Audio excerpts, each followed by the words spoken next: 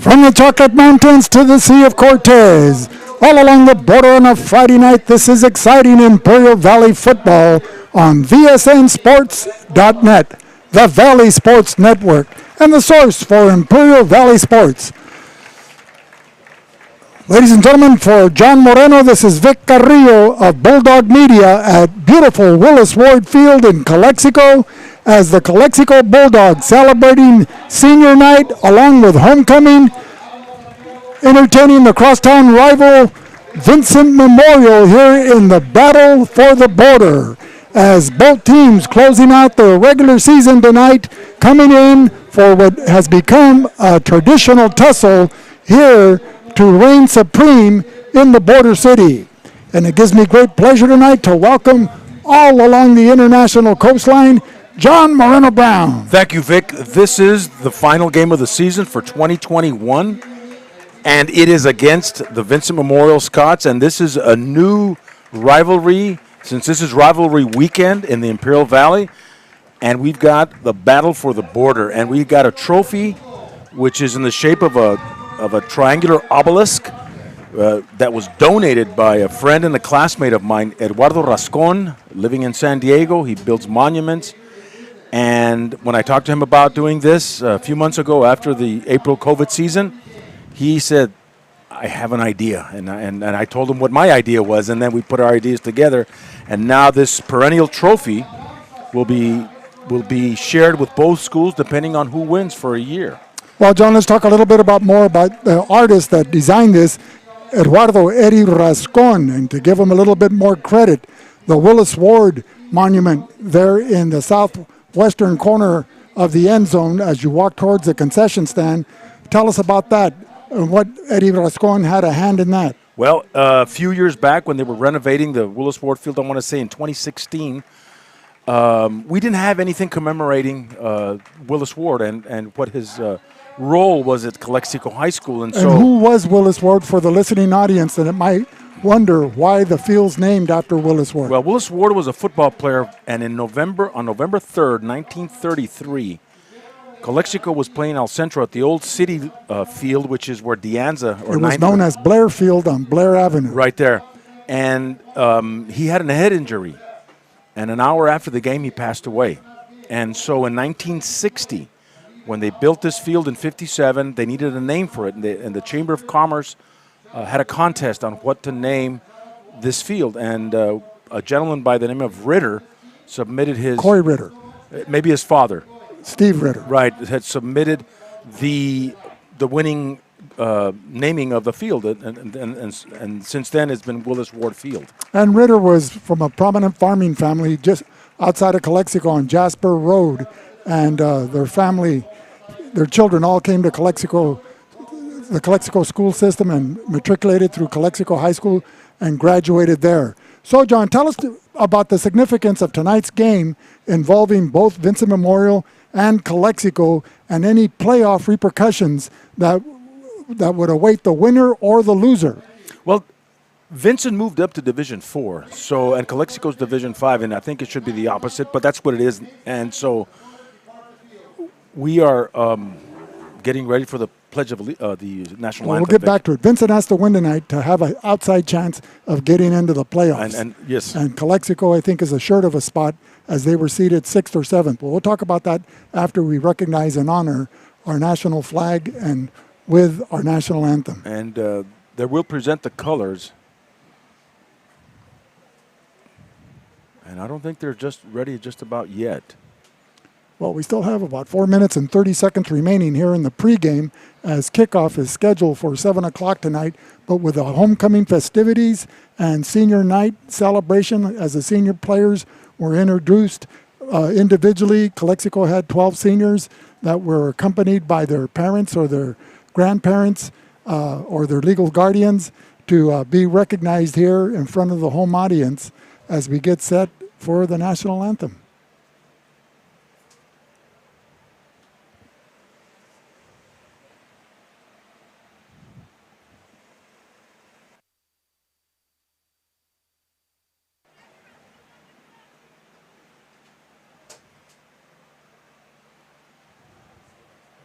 they're presenting the colors at this time. So you have your Naval Academy students, I believe, that present colors for various events for the school. Well, for those that are viewing this on VSN, it's a beautiful stadium tonight with a Calexico Block C at midfield, painted by Chris De La Rosa and his crew. The end zones are both with giant letters of Bulldogs in white, trimmed and outlined in garnet or maroon, if you will, as we get set for the band once again.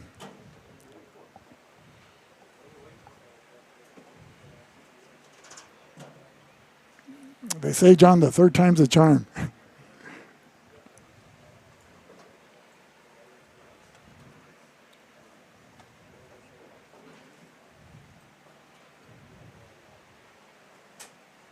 Oh, we're still waiting. This is unusually... Well, it's adding to the drama of this game, John, and the significance. And I know both teams are all fired up. They're well aware that... What did Calexico do today to get them fired up as far as pep rallies, car rallies? Well, they had a homecoming parade this morning, and I'm sure that they had other activities at the school. And the parade went through various routes that all the elementary kids and the junior high kids and the ninth graders came out to see. So that was nice. We hit Jefferson, Rockwood, Dual, Quiquica Morena, and the ninth grade campus.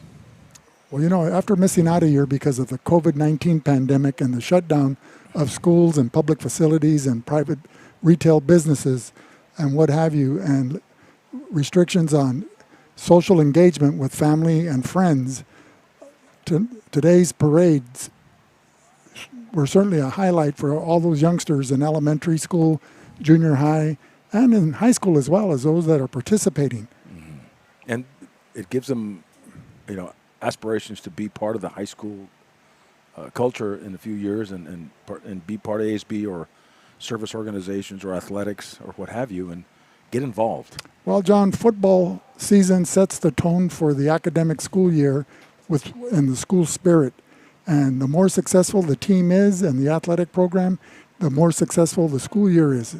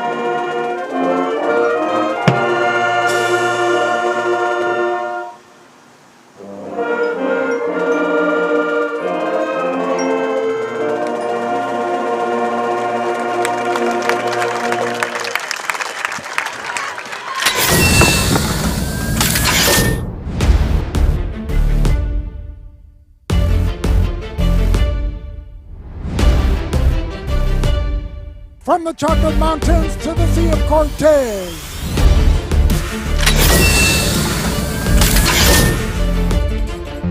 Out of the gun, looking over the middle, way deep. Pass is caught by number 21. Touchdown.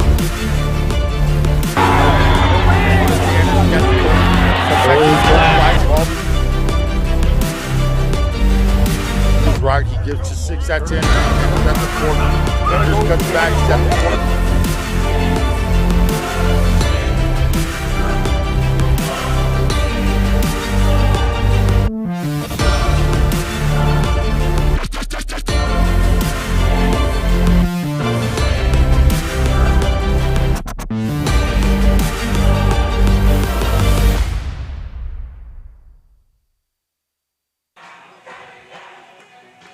From the Chocolate Mountains to the Sea of Cortez, all along the border on a Friday night, this is exciting Imperial Valley football on Valley Sports Network, your official source for Imperial Valley sports.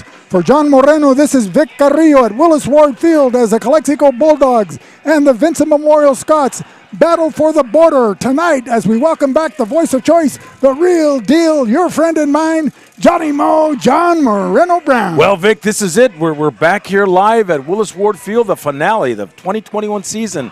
Calexico and Vincent, and both teams are fired up. I was talking to Coach Solano this morning, and the team is just ready to come out on all cylinders. And here they come through the tunnel, and Calexico is ready for this. Well, Calexico is ready, John, but so is Vincent Memorial as they come in with a high-flying passing game, leading the county in passing yardage, and that's the trigger man there is Jacobo Elias, only a sophomore, but an outstanding athlete as well, passer and runner, as he's totaled 2,980 yards, 2,160 are coming off the passing game, as he's made 214 passing attempts, completed 126 for 14 touchdowns. He has 68 rushes to his credit for 394 yards and 5 rushing touchdowns. His cadre of leading receivers are number 9, Diego Elordi, with 32 receptions for 503 yards and 4 touchdowns. Number 13, Andre Rodriguez, 29 receptions and 4 touchdowns. Armando Apodaca, the running back, John, but he comes out of the backfield to catch short dump passes, and he turns those into big yardage as he's accumulated 656 yards off 33 receptions and 4 touchdowns. And then you can't discount the tight end, Max Ascolani. He has 23 receptions for 275 yards, but more importantly, 2 touchdowns to his credit. And the Calexico Bulldogs, the captains are coming out in the field, Vic. We couldn't find any stats on Max Preps for Calexico. We don't know. We need a stats man. Eventually we'll get one. Well, we missed Stats Malone. Well, coming into tonight's game, mid-season, Ernie Sanchez was the leading ball carrier for Calexico before he suffered that ankle injury with 309 yards. He averaged 11.5 yards per carry, and one of them went for 80 yards against Castle Park that started the team rolling offensively and led them to a 60-6 victory. The captains for tonight for Vincent Memorial are Jacobo Elias, number 8, Diego Elordi, along with Jesus Alonso Hurtado. For the Bulldogs, it was David Esquer, Abraham Zazueta, and Christian Martinez, along with number 83 for Calexico, and that was Diego Trejo. The Bulldogs won the toss, and they've elected to receive and will be defending the southern goal. Tonight's officials representing the Imperial Valley Football Officials Association are led by head referee wearing the white hat, John Seaman, who after tonight's ball game, John, has to leave at 4 o'clock in the morning to Santa Maria, California to call a junior college game there in the afternoon. He'll be joined by umpire Sean McLaughlin. The head linesman is Hector Tarango. The line judge is Michael Walla. The back judge is Fred Ramsey. The last time we saw Fred Ramsey, he was hauled off in an ambulance during the Castle Park Calexico game, and that was because of dehydration. I had a chance to talk to him before the game, John. He wasn't embarrassed, but he's excited to be back. And the kicking off for the Scots is Jose Guevara, and back to receive for Calexico, number 3, Andres Ramirez, and it looks like number 10, Troy Marin, who scored a touchdown last week against the Imperial Tigers. And we'll get to some other games around the Imperial Valley tonight. And Calexico lost a heartbreaker in that game, John, as defensively player of the game, Pablo Moreno scooped up a fumble in the first half and scampered 60 yards for a touchdown to set the tone for the Imperial Tigers in that victory. And that was a deep kick into the end zone that will not be returnable. And, that was number 19, Andrew Rivera, deep to return the ball. So defensively, the Scots will go with Zavala, Gonzalez, Santillan, and Fimbres. The linebackers are Sanchez, Bejarano, Davalos. The cornerbacks are Gallego and Reese, with a strong safety, number 7, Ascolani. Offensively for the Bulldogs, left to right, they'll go with Mario Arredondo, Misael Gastelum, Christian Martinez at center. The right side is Isaac Santiago and Yair Silva. In the backfield, you have number 22, Abraham Sasueta, starting the game at quarterback. And a handoff To number 21, Ernie Sanchez, but he has nowhere to go, nowhere to run, and nowhere to hide. If you were listening to Martha and the Vandellas, John, in 1963, you would understand that on the dance floor. Ernie Sanchez ran into a brick wall there, but he did gain 3 yards. Well, this is Ernie Sanchez's first game back, John. He's been held out for 2 games, not for a sprained ankle, but for concussion protocol that we weren't aware of. And so that's really hurt the Calexico offense, as he's the catalyst of the running game, and he can score from anywhere. Doubles formation for Calexico, 2nd and about 7. The handoff goes to Ernie Sanchez. He'll take it across the 30 to the 32 and pick up a first down for Calexico. Running behind the blocking of number 56 center and team captain Christian Martinez, along with guard Nisael Gastel of number 57, gives Ernie Sanchez the necessary yardage for the first down as they advance the ball out to the 33-yard line of Calexico. The Bulldogs are going right to left on your visual screen. The Scots are defending the northern goal. Handoff to Sanchez to the 35. A pickup of 2. And he was tackled there by number 23, Nicolas Davalos, for the Scots. So Calexico is well depending on their running game here to start this first series of play, and you might as well do that. You've got Ernie Sanchez in the backfield. Abraham Sasueta, shotgun snap. Rivera in motion. He'll give it to Andrew. Andrew will turn the corner. Breaks a tackle, penalty flags, and will take it to about the 37. And that looked like a horse collar there, John, against the Vincent Memorial Scots. That was number 30, Diego Gallego. Gallego comes into the game with 46 tackles to his credit, 36 solo tackles and 10 assisted tackles thus far this season, but that one was a little high as he got his hands on the collar of the jersey, and particularly at the high school level, John Seaman and the Referees Association want to maintain player safety. So what's your take on that, John, well, thus far early in the ballgame? That is a critical part of any sport, is to make sure that the safety is first.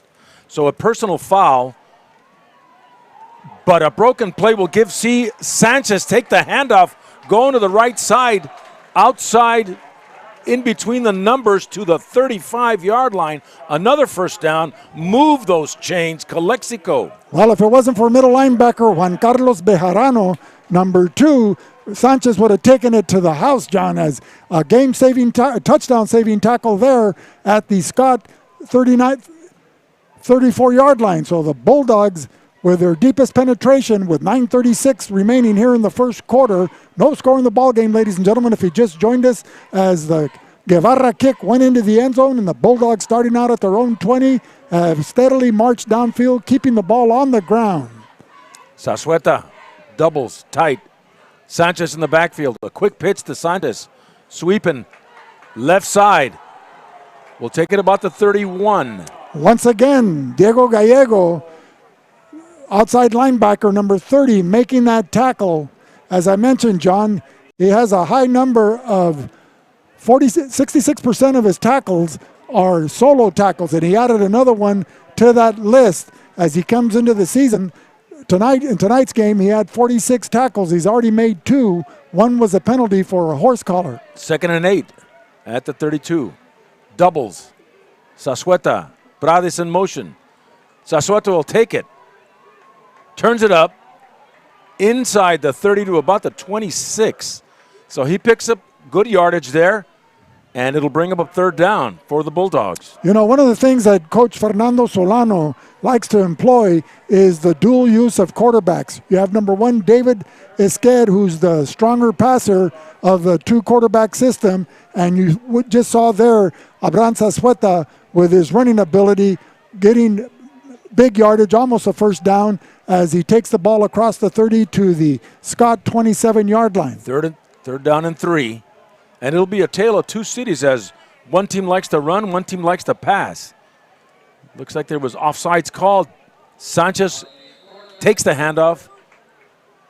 It's an illegal shift against Calexico. Well, that was number 23, Nicolas Davalos, making the tackle there at the line of scrimmage. Though Sanchez was able to get some positive yardage out there, that's what coaches look for in a running back, John. When you get hit, you don't go backwards. You keep moving forward, as Sanchez did there. But it was all for naught as a penalty's called on Calexico. They'll move the ball back 5 yards, and it'll be 3rd and 8 rather than a 1st and 10. At the 38-yard line with Sassueta. Has time, is rolling.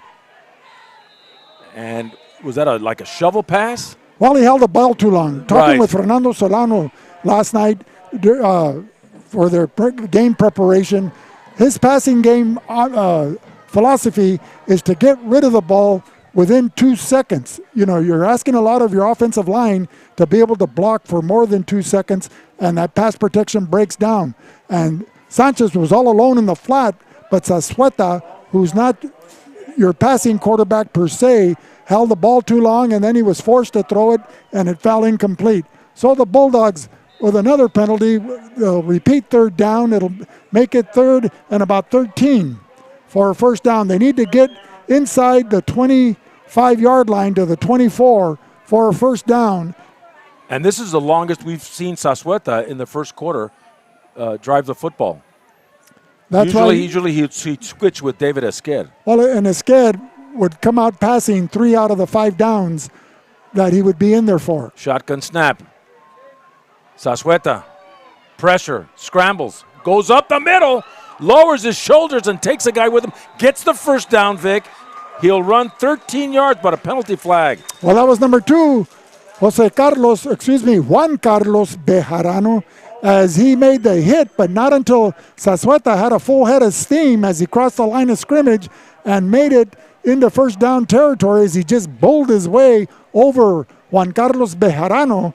And but once again, all for naught as Calexico keeps shooting itself in the foot, John. Here with 6:52 remaining in the first quarter on their opening drive, they got to the 24-yard line, and now they're back at the 47-yard line. So it'll be a 3rd and forever, make it a 3rd and 23. Pedro Cruz and Paradis split to the near side. Sassueta shoots it over the middle. Pass is caught. Andres Ramirez is having a tough time taking it to the 35. Well, hanging on to his jersey was Nicolas Davalos, number 23. And of the first 8 plays that have been run by Calexico, Davalos has been in 4 tackles. Bejarano's been in the other 2 along with Gallego. So Sassueta gets the 4th down play from head coach Fernando Solano, here matching wits in the chess game with Fernando Santana, along with David Wong, the head coach for Vincent Memorial. 4th and 10 for Calexico. Paradis in motion. Sassueta rolling right, stops, looks, shoots. Pass is caught by number 19, Andrew Rivera. And good for a 1st down, John, where he makes the reception. Mr. Clutch, Andrew Rivera, right there.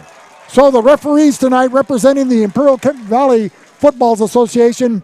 The head referee wearing the white hat is John Seaman. He's joined by umpire Sean McLaughlin, head linesman Hector Tarango, line judge Michael Walla, and back judge Fred Ramsey. An outstanding crew, one of the 3 crews that are working tonight, as there were 4 home games this Friday night. The first was played last night between Hopeville and Calapetra in the Battle of the Axe. Sanchez gets the handoff. Powers his way up to the 20-yard line. And John, speaking of the Hopeville Vikings and the Calapetra Hornets in last night's ball game, what was the result in that one? It was called the Axe game, and it was played at Calapat. And this ends the regular season for the Vikings and the Hornets. And the Vikings won 43-0, and they end up 8-2 overall and 3-1 in league play. And the Hornets end their season 0-4 and 2-7. And the Vikings look to go on to the Division 5 playoffs. So option running and brought down Abraham Sassueta, a loss of a yard. Number 5, Esteban Sanchez. Sanchez made the tackle there, along with number 2, Bejarano. So defensively, the Scots go with Sanchez, Santillan wearing jersey number 83 today instead of 50, along with Bejarano, the linebackers. Up front, they have Fimbres, Gonzalez, and Zavala, 2 freshmen on the starting defensive line, John. A little over 4 minutes to go. Sanchez with the quick pitch, right side. He'll take it up to about the 15, 16-yard line, and he's pretty close to the first down marker. You know, and speaking of freshmen, John, last night the Vincent Memorial Scots JV, where they have 29 freshmen on their team, offensively they were led by Eugenio Elordi III, and defensively by Juan Carlos Sáenz, wearing jersey number 9, a linebacker who is all over the place, a monster man on defense. And the Calexico Bullpups were led by quarterback Sean Torres. He's a freshman, along with Marcus Kerr, the receiver, and Andrew Pasaraba, who scored the lone Bullpup touchdown last night in a 13-6 loss. And the timeout is called, and I want to remind everyone that the granddaddy of them all is happening tonight at Cal Jones Field. That's right, the 78th Bell game between Central and Brawley. Both of these teams are undefeated in league, and this game will determine the league champion. You can catch it as well on VSN with Will Torres and Ron Rubio. And another game in the IVL, in the Imperial Valley League, is the Imperial Tigers hosting the Southwest Eagles in the Johnny Romero Fireman's Helmet game. The Tigers are looking for their second win to move into third place, while the Eagles are struggling to get into the win column. The Tigers are 1-2 and 5-4 in league, and the Eagles are 0-3 and 2-7. And in the Desert League, the Palo Verde Yellow Jackets travel up the hill to Mountain Empire, and the Yellow Jackets look to finish the league undefeated and retain a high seed in the playoffs. Right now, they're number 1 in Division 5, and they'll more than likely be hosting a playoff game way out in Blythe. Mountain Empire looks to hold on to its number 7 seed in the playoffs. The Jackets are 7-2 overall, 3-0 in league, and the Redhawks are 1-2 and 4-5 overall. And a fourth and about a yard for Calexico, right about the 16-yard line. Sassueta out of the shotgun, Sanchez in the backfield, Rivera in motion. Sassueta will keep it, gets a first down, and takes it inside the 10 to the 9. Move those chains, first and goal, Calexico. Running behind the blocking of Nisael Gastelum and Mario Arredondo, instead of pitching the ball to the trailing Ernesto Sanchez, Sassueta wisely kept the football and was able to run in between the tackle and the guard and move it upfield, get that first down inside the 10-yard line. So it'll be a first and goal from the 9-yard line as Sassueta in shotgun formation, joined by Sanchez and Prades in the backfield. Under 3 minutes to go. Sanchez with the hand. No! Sassueta keeps it, takes it in on the right side. Touchdown, Calexico. Abraham Sassueta from 9 yards out decides to keep the football and finds pay dirt. Well, the threat of handing the ball off to Ernesto Sanchez, number 21, was too much of a temptation for the Scott defense, and they all bit on that fake handoff, dive up the middle, and Sassueta kept the ball and scampered to the outside off tackle and was able to high step it into the end zone with 2:51 remaining here in the first quarter. The Bulldogs take an early 6-0 lead as they await the Lorenzo Rodriguez, the big fella. 330 pounds, John. High snap, but it's blocked. It was a high snap, and he couldn't. The setter couldn't set it down quickly enough. And so, with 2:51 to go in this first quarter, Calexico 6, Vincent Memorial 0. And that was Pedro Cruz trying to catch that errant snap by Cristian Martinez, the center. As a result, it took the Bulldog kicking game out of rhythm. And in those cases, at practice, you're taught, as a setter, you're taught to call fire. And once you yell fire, then your receivers go out into the flat, into the end zone to try to catch a pass, because that was way too high. Well, what's his name? Pedro Cruz was off balance, and he didn't have a chance to regain his balance before to look for a receiver downfield if they did scream fire.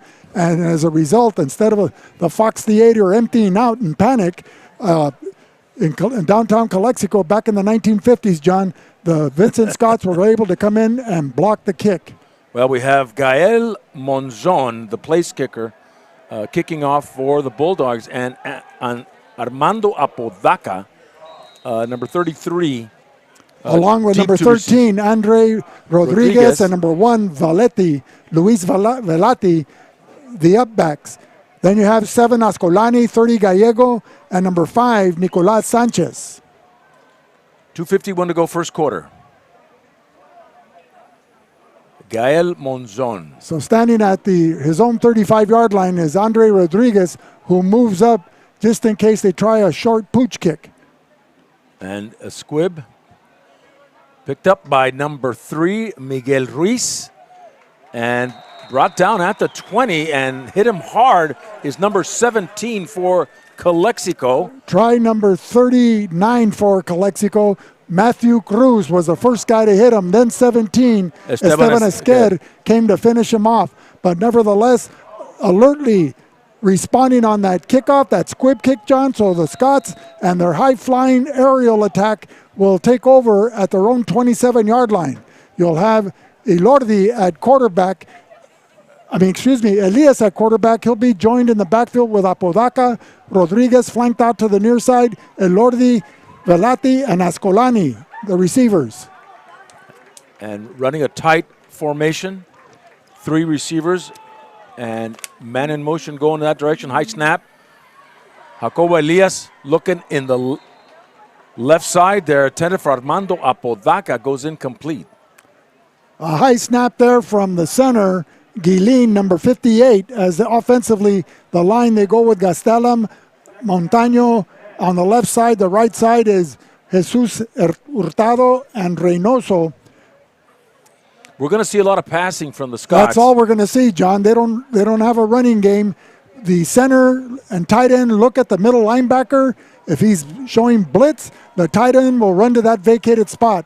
If the cornerback or outside linebacker is showing blitz, the flanker will run to that spot. Elias under center. And they take 2 seconds to throw the ball. Apodaca, quick pitch to Apodaca. Brought down left side. Troy Marin and Pedro Cruz. Well, John, Calexico has an outstanding crew of linebackers led by Troy Marin, number 10, Nisael Gastelum, Andrew Rivera, and Carlos Hernandez. Playing on the outside of the defensive front, you have number 22, Abraham Zazueta, along with Francisco Arriola, Gabriel Verdugo, and Andres Castro. The deep backs are number 6, Pedro Cruz, along with Ishmael Burgess. So keep an eye on Carlos Hernandez and Andrew Rivera, along with Troy Marin. They'll be making most of the defensive plays with a little bit of Zazueta mixed in. 3rd and 6. Elias going deep over the middle. And that is intended for Andre Rodriguez. Oh, is it Andre Rodriguez? Number 13. He got behind the Bulldogs secondary. They're going to have their hands full. And, even though the pass is falling complete, that doesn't hinder the offensive game plan of Vincent Memorial. Right. They're going to come at you and throw some more. And you can't get beat deep. That's a cardinal sin for the secondary. Well, nevertheless, deep in their own territory, faced with a 4th and 6, they're getting in punt formation, as kicking for the Scots will be number 15, Jose Guevara. And back to receive for Calexico is number 3, Andres Ramirez. So a 4th and about 6, the ball at the 31. The Scots getting set to punt. A good snap, and it'll be a punt that'll take a Scot bounce. It'll be down right about the 35, where the Bulldogs will take over 1st and 10. And that was number 1, Luis Velati, downing the football, as tonight's game is being brought to you by Burgers and Beer. It's Burgers and Beer at 260 North Imperial Avenue. Open 7 days a week, and please stay tuned. Immediately following the game, we'll have our VSN Burgers and Beer Player of the Game by Ivy Welding and Mechanical, industrial welding contractor. Call Fred Baeza at 760-482-WELD Weld. That's Ivy Welding and Mechanical. So I think we see David Esquet in there on the second series of play. A 1st and 10 at the 35-yard line. Sanchez in the backfield, Rivera in motion. Quick pitch to Sanchez. It looks like Rivera. Rivera, excuse me. Penalty flags. Well, the Scott defense of Zavala, Gonzalez, and Fimbres was not fooled in that play, along with number 83, Santellan. Penalty flags after the tackle. Either a face mask. Personal foul, face mask, and that goes against Vincent. So that is a 15-yarder. So the head umpire, John Seaman, and the president of the Imperial Valley Football Association, the irony here, John, is he graduated from Vincent Memorial in 85 pre-football. When he was in 8th grade, Dennis Jacobelli and myself went to his school, a public school, to talk to the 8th graders, the boys and girls, about coming to Vincent for their secondary education. And John Seaman was one of the first to ask, are you guys going to have football? And I said, we will by the time you're a senior. But all we could offer was basketball and baseball. Sanchez with the handoff. Vic gets a first down, move the chains. 1st and 10, Calexico. And it's good that a football program was built at Vincent. So you flash forward to 1998, and Jaime Santos from the class of 83 was the initial catalyst of the football program there at Vincent. And in 2016 or 17, I believe, they were playing for the state finals, the state championship in Division 5 against Galileo High School out of San Francisco, which was O.J. Simpson's high school alma mater. So Vincent, in 22 years, look how far they've come. 1st and 10. Handoff up the middle.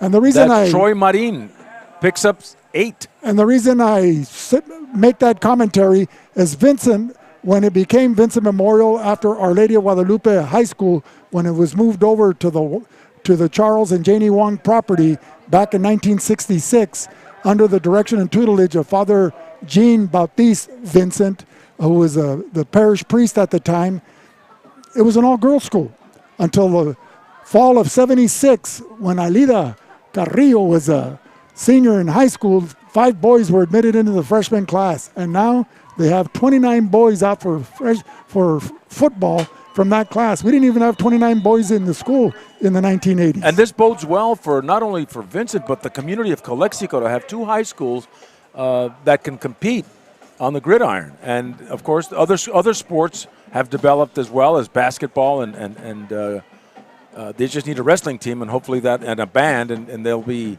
kind of like a comprehensive high school. Small school, but these things add to the... Well, limited numbers, John, and it's tuition-based. So for them to generate any type of general fund revenue to pay for all these extracurricular activities is very difficult. End of the first quarter, Vic. It's 6-0, Calexico. So what do you think so far after 12 minutes of play?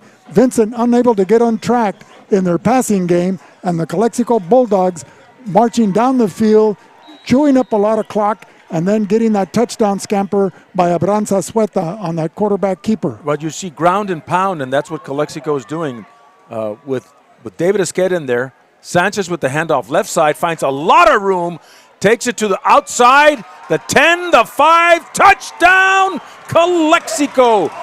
Ernest Sanchez from the 32-yard line takes it all the way to the house. So with the second quarter just getting underway, only 8 seconds in with 11:52 remaining in the second quarter, Ernesto Sanchez, who was just released from doctor's orders on concussion protocol, comes back after a 2-game absence and makes his presence felt here, John, with that electrifying run, extending the Bulldog lead to 12. I think Calexico will go for 2 here to raise it up to 14 because no lead is safe with the offensive-minded Vincent Memorial Scots. And they will go for 2 after there was an unsportsmanlike conduct against Calexico, which will be taken at the kickoff. Now, why would you get unsportsmanlike after scoring a touchdown? I think he was excessive celebrating in the end zone. Okay, thank you for the clarification. And that's why we refer to you as Johnny Mo.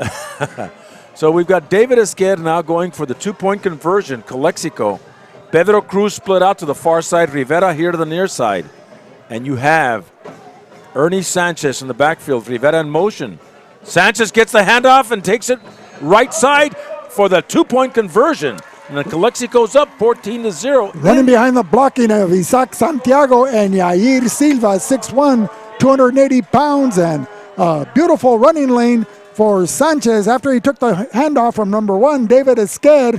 And with 11:52 remaining here in the second quarter, the Bulldogs jump out to an early 14-0 lead. Marianne Valenzuela is your State Farm insurance agent in the Imperial Valley. And with over 20 years of experience, Marianne will help figure out what coverage you need to take control of your financial future.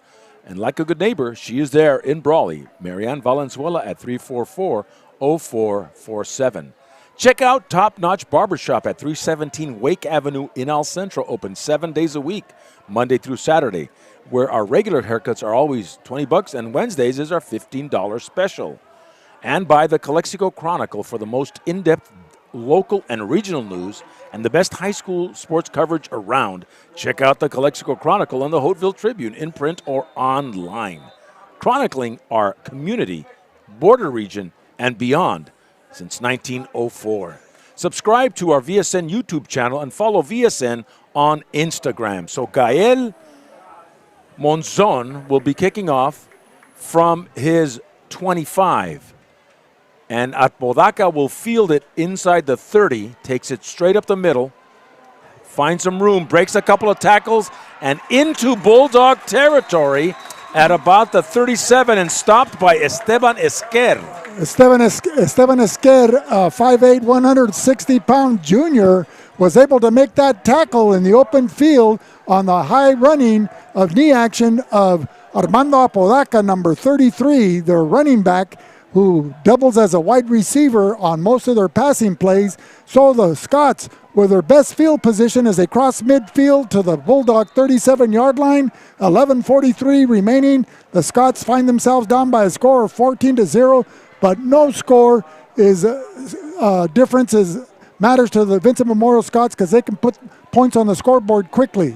Under center, Jacobo Elias pitches it to number 9, Elorde, on a halfback pass, but is it intercepted? Yes, it was deflected by Pedro Cruz. Wow, the Bulldogs read that well. Well, Diego Elorde was their quarterback and last Andres year. Ramirez. Diego Elorde was their quarterback during the shortened season because of the COVID pandemic last spring. And their opening game against the San Diego Cavers at Balboa Stadium that have AstroTurf, if you will, or all-weather turf. He was tackled after his first pass attempt, which he completed. Pedro Cruz batted it into the hands of Andres Ramirez. It was that close. Well, this is Elorde's second pass of the season. That's the point I was trying to make. Okay. I apologize for taking too long because I was trying to paint a picture for you. You did. Anyway, he hurt his knees, skinned him on the turf, and that's why Elias became the starter. Sanchez couldn't find anything, and so he takes it to the outside. And tackled by number 5 of the Scots, that's Esteban Sanchez, excuse me. But he'll pick up almost 5 yards on that carry. Nicolas is Davalos, number 23. Well, anyway, John, I wanted to make a long story longer. So he got injured at the San Diego game, which was the San Diego high school game, early in the season. My God, what a way to provide a synopsis on my version. You always do the KISS method, Vic. Keep it short and simple. Am I wrong? You're always right, John. 2nd and 5. Esquer. Bad snap, but saved there by the man in motion, who in this time was Sanchez. No, number 19, Andrew Rivera. Andrew Rivera. So Calexico going with the blocking of Mario Redondo, Nisael Gastelum on the left side. The center is Christian Martinez, who's had 2 bad snaps in the first half. First on that point after attempt after their first touchdown scored by Abraham Zazueta, forcing the Bulldogs to go for 2 after their second touchdown, which they were successful on that Ernie Sanchez run.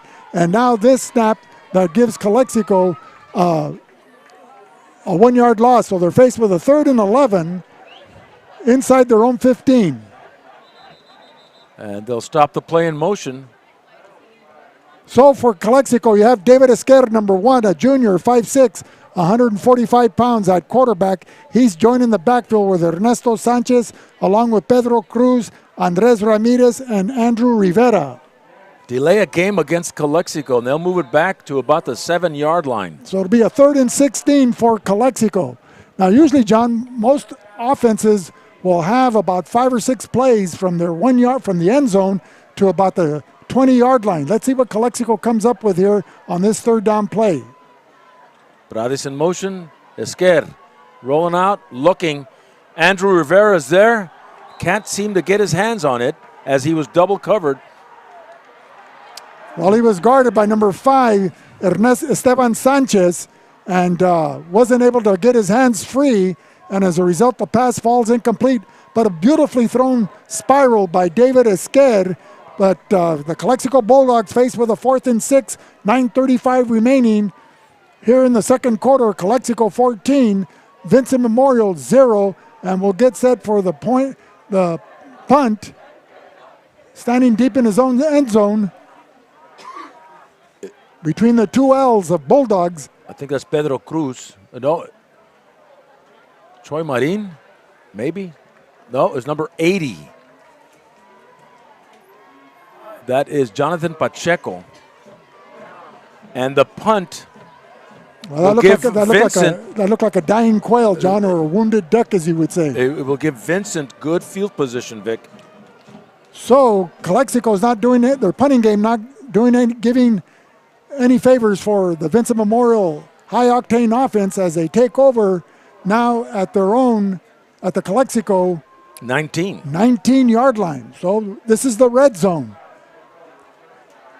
So 1st and 10 for the Scots. It's 9:26 to go. It's a short field for Vincent, but what kind of an impact that'll have on their pass patterns, we'll have to wait and see as Elias in shotgun formation, Apodaca in motion. Empty backfield. Elias looking right side. Overthrows his receiver. That's number 9, Diego Elordi. So it'll bring up a 2nd and 10. You know, we have Diego Elordi, who started out the season as a quarterback. He's a senior. His younger cousin, Eugenio Elordi III, the grandson of former mayor and governor of Baja California and Mexicali, Eugenio Elordi Sr., or the first, is a standout left-handed quarterback for the Vincent Memorial JV, only a freshman. Timeout is called. Vincent with 9:22 to go in the second quarter. The Robinson Ford family is proud to support breast cancer awareness.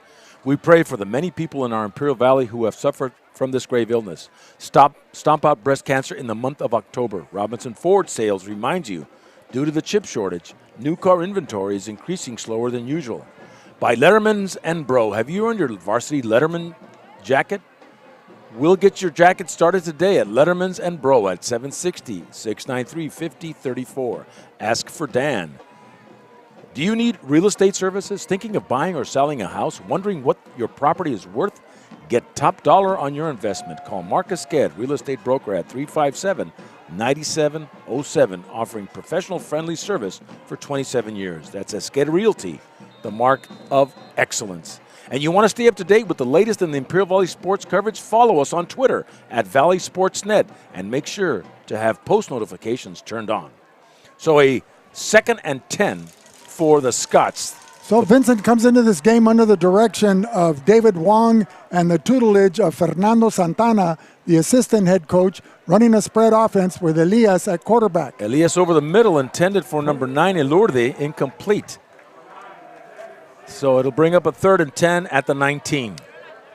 You know, it's surprising as Jacobo Elias comes in with 2,246 yards passing on 126 completions made on 214 attempts for 14 touchdowns. So he's going to keep throwing and he's going to get it right.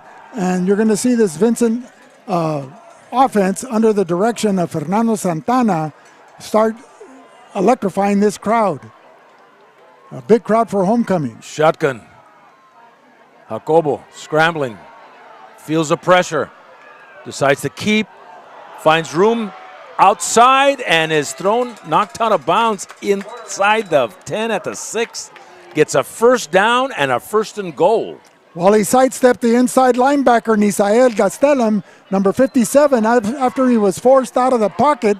For some offenses, that could be a disaster, but for Vincent Memorial, it's a plus as he has 394 yards rushing on scrambling, and he comes in with 2,860 total yards and 5 TDs on the run, 14 touchdowns in the air, and we saw proof there to his electrifying athletic ability, and he's only a sophomore, John. He's got the big fella blocking for Apodaca.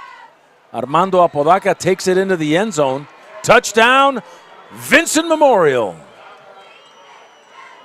So Apodaca from about 6 yards out gets a big block and a hole and hits pay dirt. So with 8:27 remaining here in the second quarter, Vincent draws blood here on the scoreboard as they cut into the Calexico lead, 14-6, as we get set for the Elias kick. Elordi will be holding the ball, so you have number 9 holding the ball for number 8. And a penalty flag thrown by the line judge. And that's a penalty against Calexico. And that's Michael Walla, so it'll be half the distance to the goal. I don't know if they would take it, John, because it might make the trajectory of the point after attempt that much more difficult to get off the ground as it gets closer to the goal line. It's not really a blessing in disguise.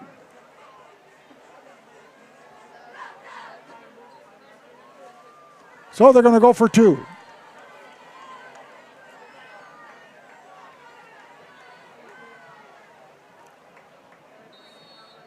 Can't see who the handoff went to. And it's no good. The point after is no good. So the ball was handed off to number 33, Armando Apodaca, trying to run behind the blocking of Guilin and Montaño, Manuel Montaño, number 54, to no avail as the Bulldog defense rises to the occasion. And so with 8:27 remaining in the second quarter, 14-6 in favor of the Bulldogs. The Town Pump Steakhouse, now open Tuesday through Saturday. Call for reservations at 344-3663. The Town Pump in Westmoreland serves up a delicious and savory steak and lobster. Come by and experience a Valley tradition for over 50 years. At Imperial Printers, we are ready to help you with your next project, from business cards to yard signs. Give us a call at 352-1300. Located in El Centro, that's Imperial Printers. What can we print for you today? Subscribe to our VSN YouTube channel and follow VSN on Instagram. Do you need a job? You need to hire someone who needs a job? Give Keystone HR a call at 357-2929 for your staffing needs. Keystone HR in Calexico, a proud sponsor of Imperial Valley football. So number 15, Jose Guevara, will be kicking off for the Vincent Memorial Scots. Back to receive for Calexico. John is standing inside their own 10-yard line. That's Andrew Rivera and Andres Ramirez. It's going deep. Andres Ramirez inside the 5 will keep it as he fakes the handoff, going towards the outside at about the 29. And he was met by Davalos and Ascolani before he could make it to cause any damage to the kickoff coverage team of the Scots from Vincent Memorial. So the Bulldogs will take over at their own 30-yard line, going left to right.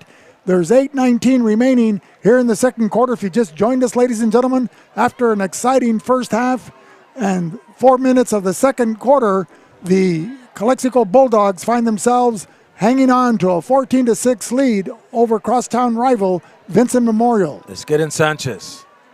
Sanchez takes the handoff, going to the outside, gets a first down and more, will take it to midfield and crossing midfield.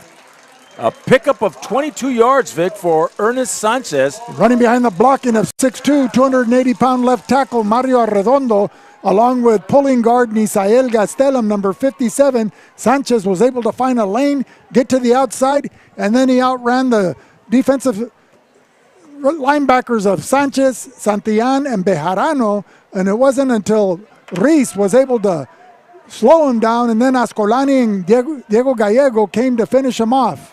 So we have a shaken up Scott down at the 26-yard line of Calexico. Being attended to by the training staff of Vincent Memorial, and standing alongside them is the white hat, John Seaman.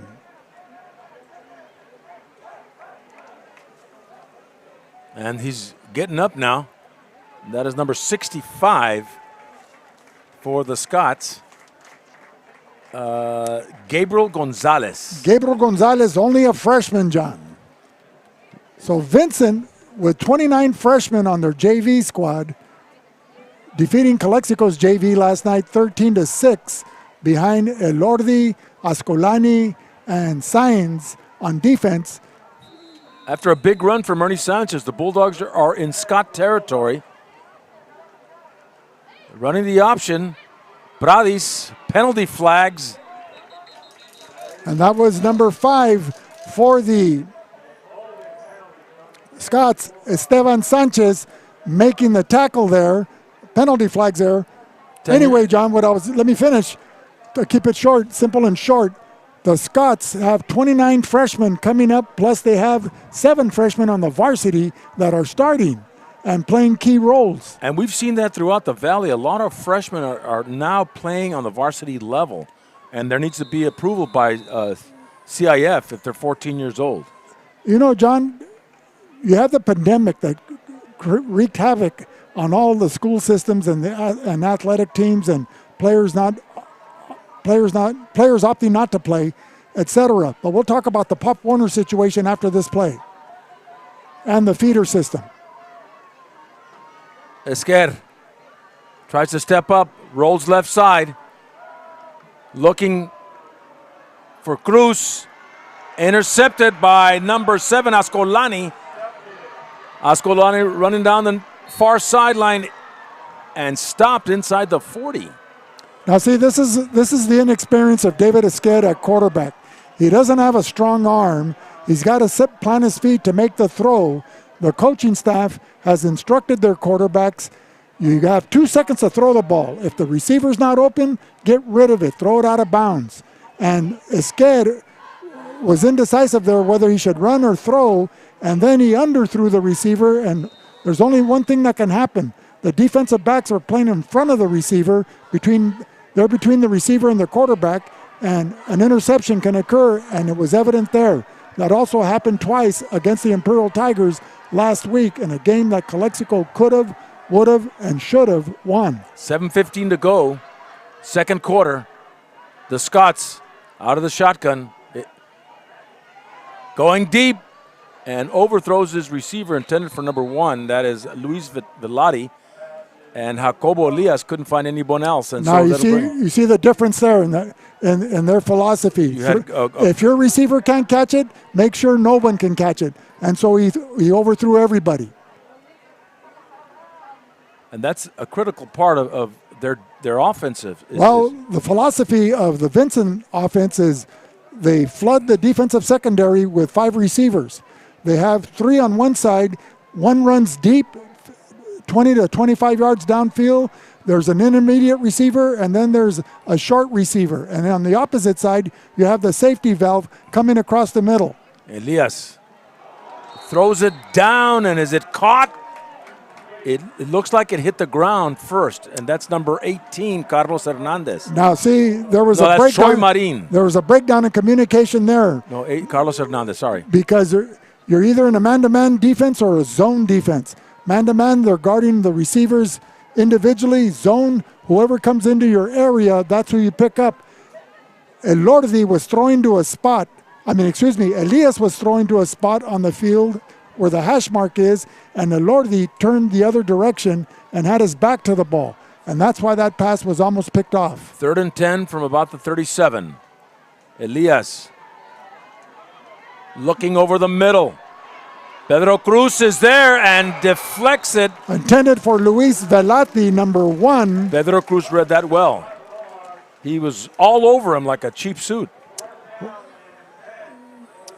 Well, Velati comes into the game with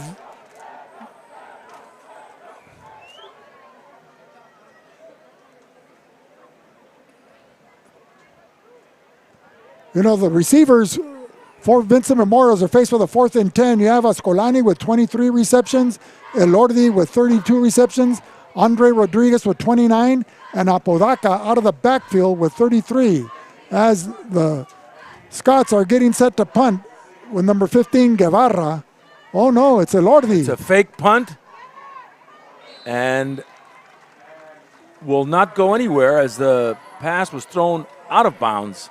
And Calexico takes over at their own 39-yard line. So thus far, the passing game has been Vincent Memorial's worst enemy as they're not able to make any connections. And so with 6:51 remaining in the second quarter on a change of downs, the Bulldogs will take over at their own 38-yard line. They're going left to right on your screen. So Bulldogs heading to the southern goal here in the battle for the border. 6:51 to go. Abraham Zazueta now the quarterback in the shotgun position with Ernie Sanchez in the backfield. Zazueta with a fresh set of legs. And Sanchez can't find anything there.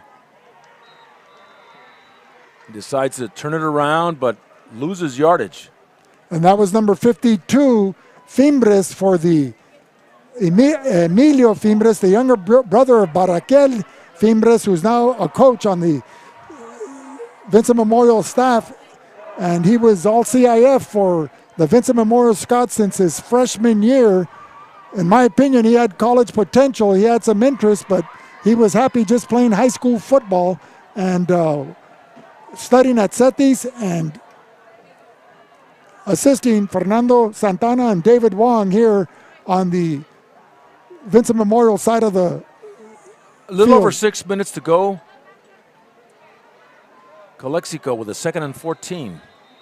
Penalty flags. Well, that was a procedure penalty as one of the Bulldogs started making forward progress before the ball was snapped. So it's a 5-yard penalty. It'll bring up a 2nd and 19. And they'll spot the ball inside the 30-yard line at the 29. Well, John, what's your take thus far as they both came out sparring and shadowboxing in the first round of this game, and now we have a score of 14-6. So how are you judging this? Well, we're looking at a pretty evenly matched contest tonight.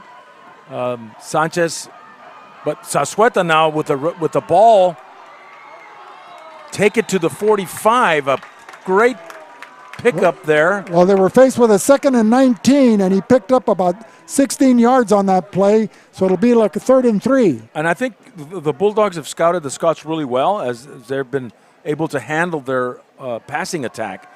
And the Scots are having a little tougher time controlling the Bulldog run.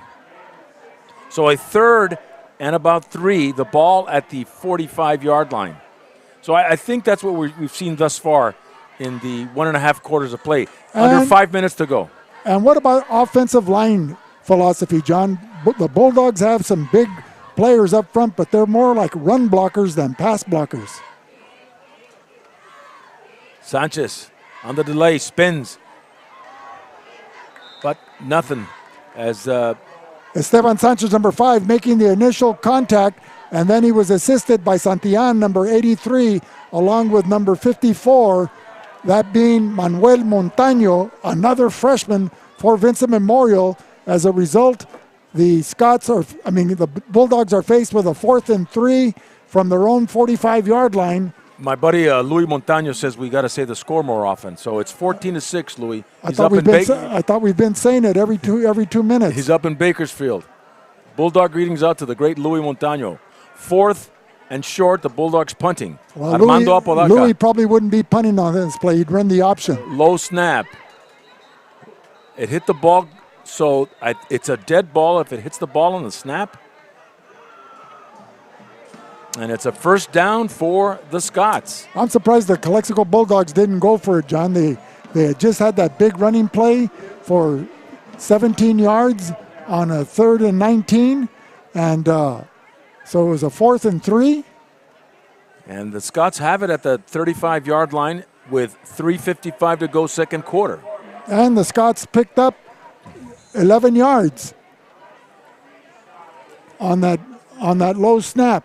Yeah, because that's where it hit the ball. I guess that's where they downed it. So, the Bulldogs, if they would have gone on 4th down and not been successful, they would have had the Scots starting from somewhere inside the Bulldog 50-yard line. Shotgun snap to Elias. Decides to run it up. It's stopped there by Troy Marin after picking up 3. So a second and about 6 or 7 for the Scots at the 31. So Elias came into the game with 68 carries and 394 yards and 5 rushing touchdowns. Apodaca has 4 rushing touchdowns. So the Scots relying on the pass more than the run. An empty backfield as Elias in shotgun formation. 2nd and 7 from the 31. Rodriguez in motion. A high snap. It's a bad snap. And Elias is running for his life, but finds a receiver. And there's a penalty flag. That's Armando Apodaca on the reception. A pass interference. He was pushed from behind by number 3 of Calexico, Andres Ramirez, before he had a chance to catch the pass. And right in front of the officials, Michael Walla and Fred Ramsey. And as a result, that incomplete pass will be awarded to Vincent Memorial, pass interference. But as Will Torres pointed out, John, you get the penalty. Will the penalty yardage give you the first down? They're going to march it off, and it does. Cross the first down line. And it goes into the 20 to the 16-yard line. So it's a 1st and 10 from the 16-yard line with 3 minutes to go in the second quarter. So the Scots with a first down, 2 minutes and 55 seconds remaining, 14-6, Calexico, Elias in shotgun formation, empty backfield. Over the middle, and almost had it. Max Ascolani couldn't hang on to the football, but he had 6 points waiting for him.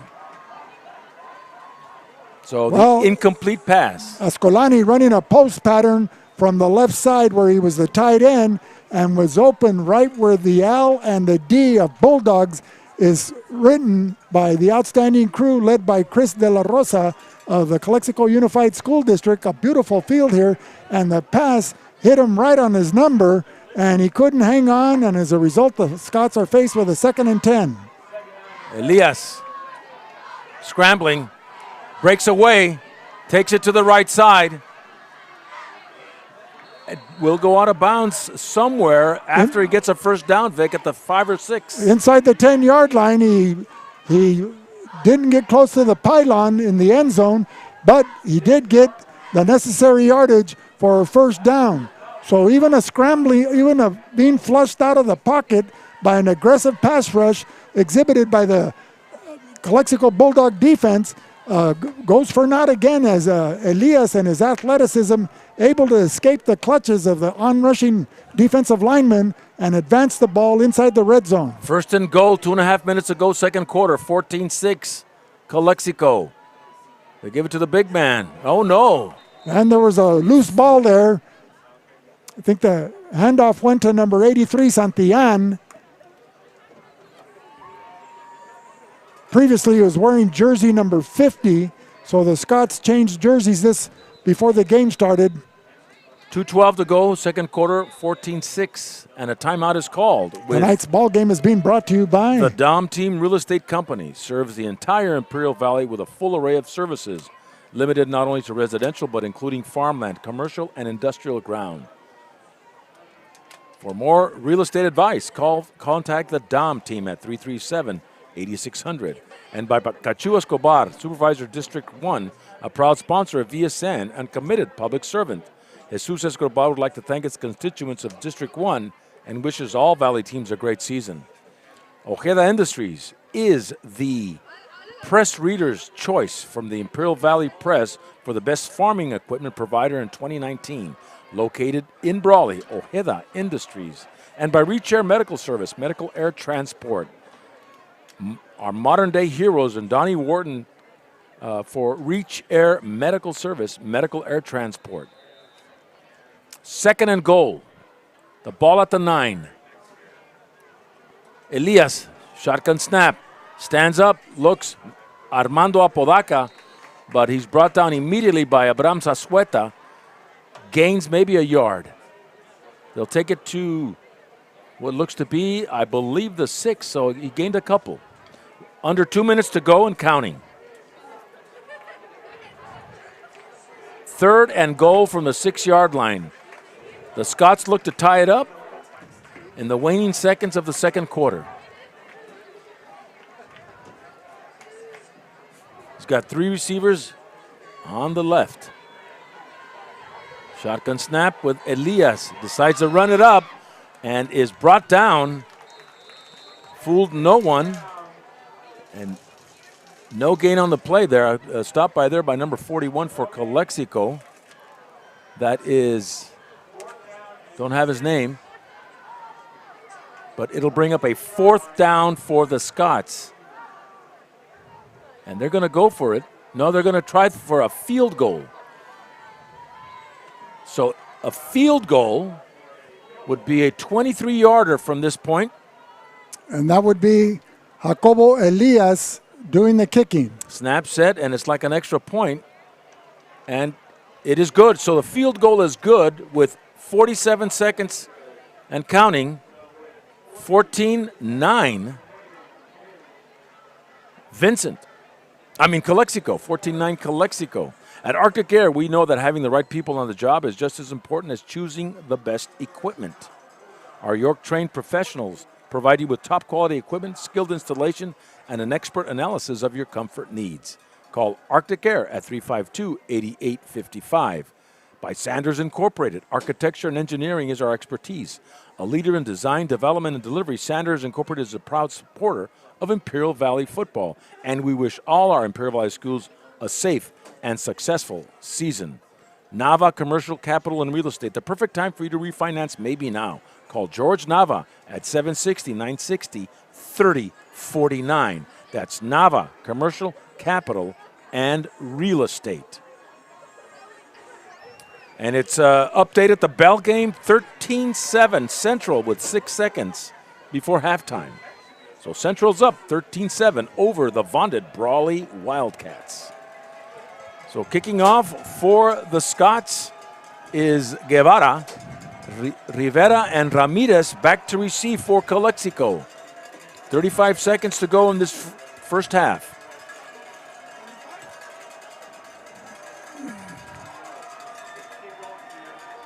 And this is a critical part of the game if Calexico wants to drive the ball down the field. Would you be surprised if there's an onside kick or a pooch kick here?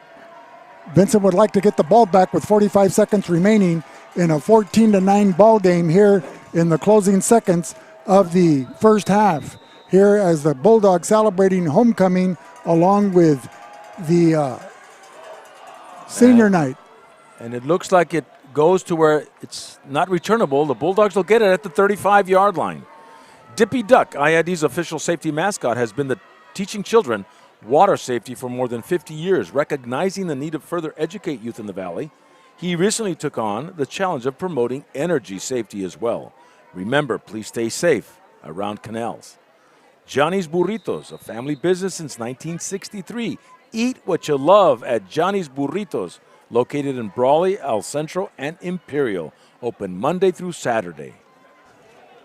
So Calexico coming out with a 1st and 10 at the 35. Abran Sasueta now in the shotgun.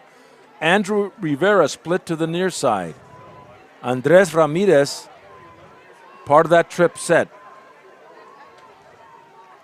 Sasueta now comes up, decides to keep, and he will get a lot of room up the middle and is just still on his feet as he takes it inside the 35-yard line, Vic.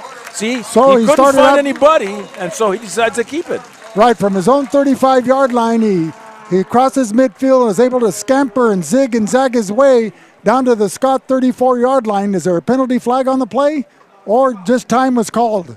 Time is called with 32 seconds, so 3 seconds taken off on that run by Abran Sasueta. Well, you have to credit the coach, Fernando Solano, being creative and wanting to air out the football in the closing seconds of the first half and try to get a quick 6. But excellent pass coverage by the Scott defense, forcing Sasueta to rely on his legs to advance the ball across midfield to the Scott 34-yard line. Havens Landscaping, located at 603 East Main in El Centro, specializes in gravel, rock, and stone. Let us know what you need for your next project at Havens Landscaping, 352-6735. And by Fred Miramontes, Undersheriff, reminds you that you can start a neighborhood watch program in your rural area. The Sheriff's Department Crime Prevention Unit can assist you by meeting with you and your neighbors. Support your neighborhood watch volunteers. So the Bulldogs looking to get behind the blocking of number 77, Yair Silva. Sasueta looking, pass is caught there. Number 3. That's Andres Ramirez inside the 20 to the 18-yard line. First and 10. Move those chains, He's Vic. brought down by his counterpart on the defensive side, number 3, Miguel Reese, 5'8", a sophomore. They spiked the football with 13 seconds. And Charlie's letting the clock run. Because he took a knee. He took a knee. And that's a running play. And that will be it. So, mental mistake as Sasueta, instead of spiking the ball, takes a knee like in victory formation, and the clock keeps running. La Resaca has the absolute best Mexican-style seafood chavelas and, of course, best clamatos anywhere. Try the Sonora Fusion in El Centro for the best cuts of aged beef. La Resaca at 221 Campillo Street in Calexico, and in El Centro at 6th and State. So you have a mental mistake, Vic, that cost what could have been maybe another score for Calexico. Well, that's high school football, John, and this is what allowed me to ask you a question with 2 minutes remaining. The lack of Pop Warner in the Imperial Valley, particularly in Calexico. You don't have a junior high program. You didn't have a freshman program. Where are these kids getting their football knowledge and football experience? If they're only relying on preseason practice, there may not be enough time. You know where they're getting it from? PlayStation. And we'll be back with more in a minute on the Calexico Bulldog on the VSN Valley Sports Network.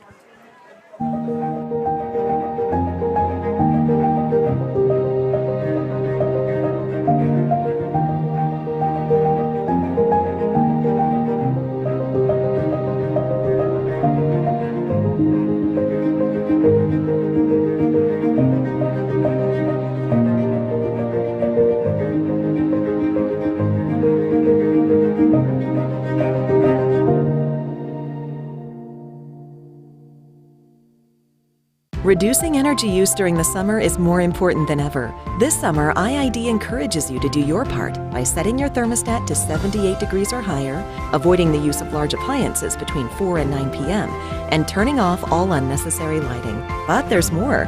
IID provides a number of summer energy-saving opportunities to help you make the most of your energy savings efforts. Check out our tips and energy saving guides at IID.com. Let's work together to stay cool and save energy this summer.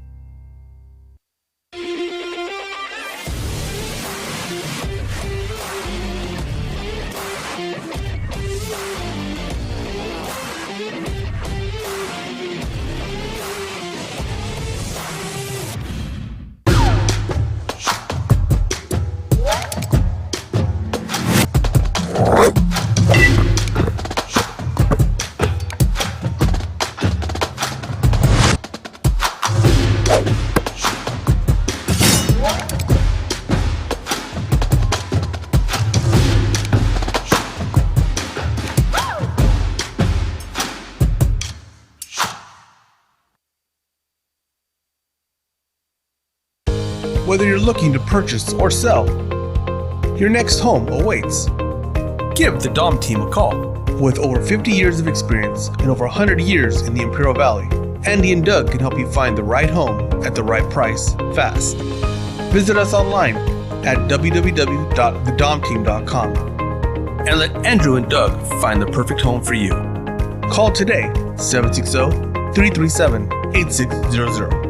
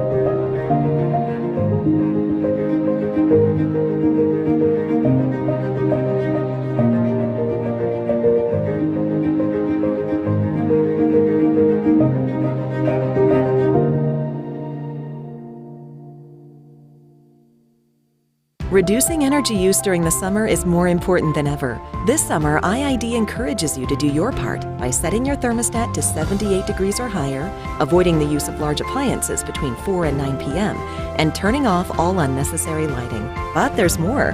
IID provides a number of summer energy-saving opportunities to help you make the most of your energy savings efforts. Check out our tips and energy saving guides at IID.com. Let's work together to stay cool and save energy this summer. From the Chocolate Mountains to the Sea of Cortez, all along the border on a Friday night, it's exciting Imperial Valley football as the Calexico Bulldogs hosting the Vincent Memorial Scots on their crosstown rival in the battle for the border here in Calexico.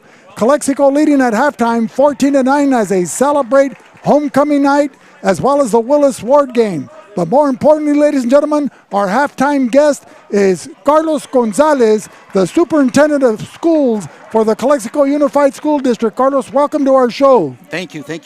Very Now, honored to be here. Carlos, you follow a lot of great leaders, particularly after Robert Moreno. Then you had David Alvarez. Then you had David Grosbeck, followed by Dr. Cristina Luna. And then you had Maria Ambris. And then you took over in 2017 on an interim basis.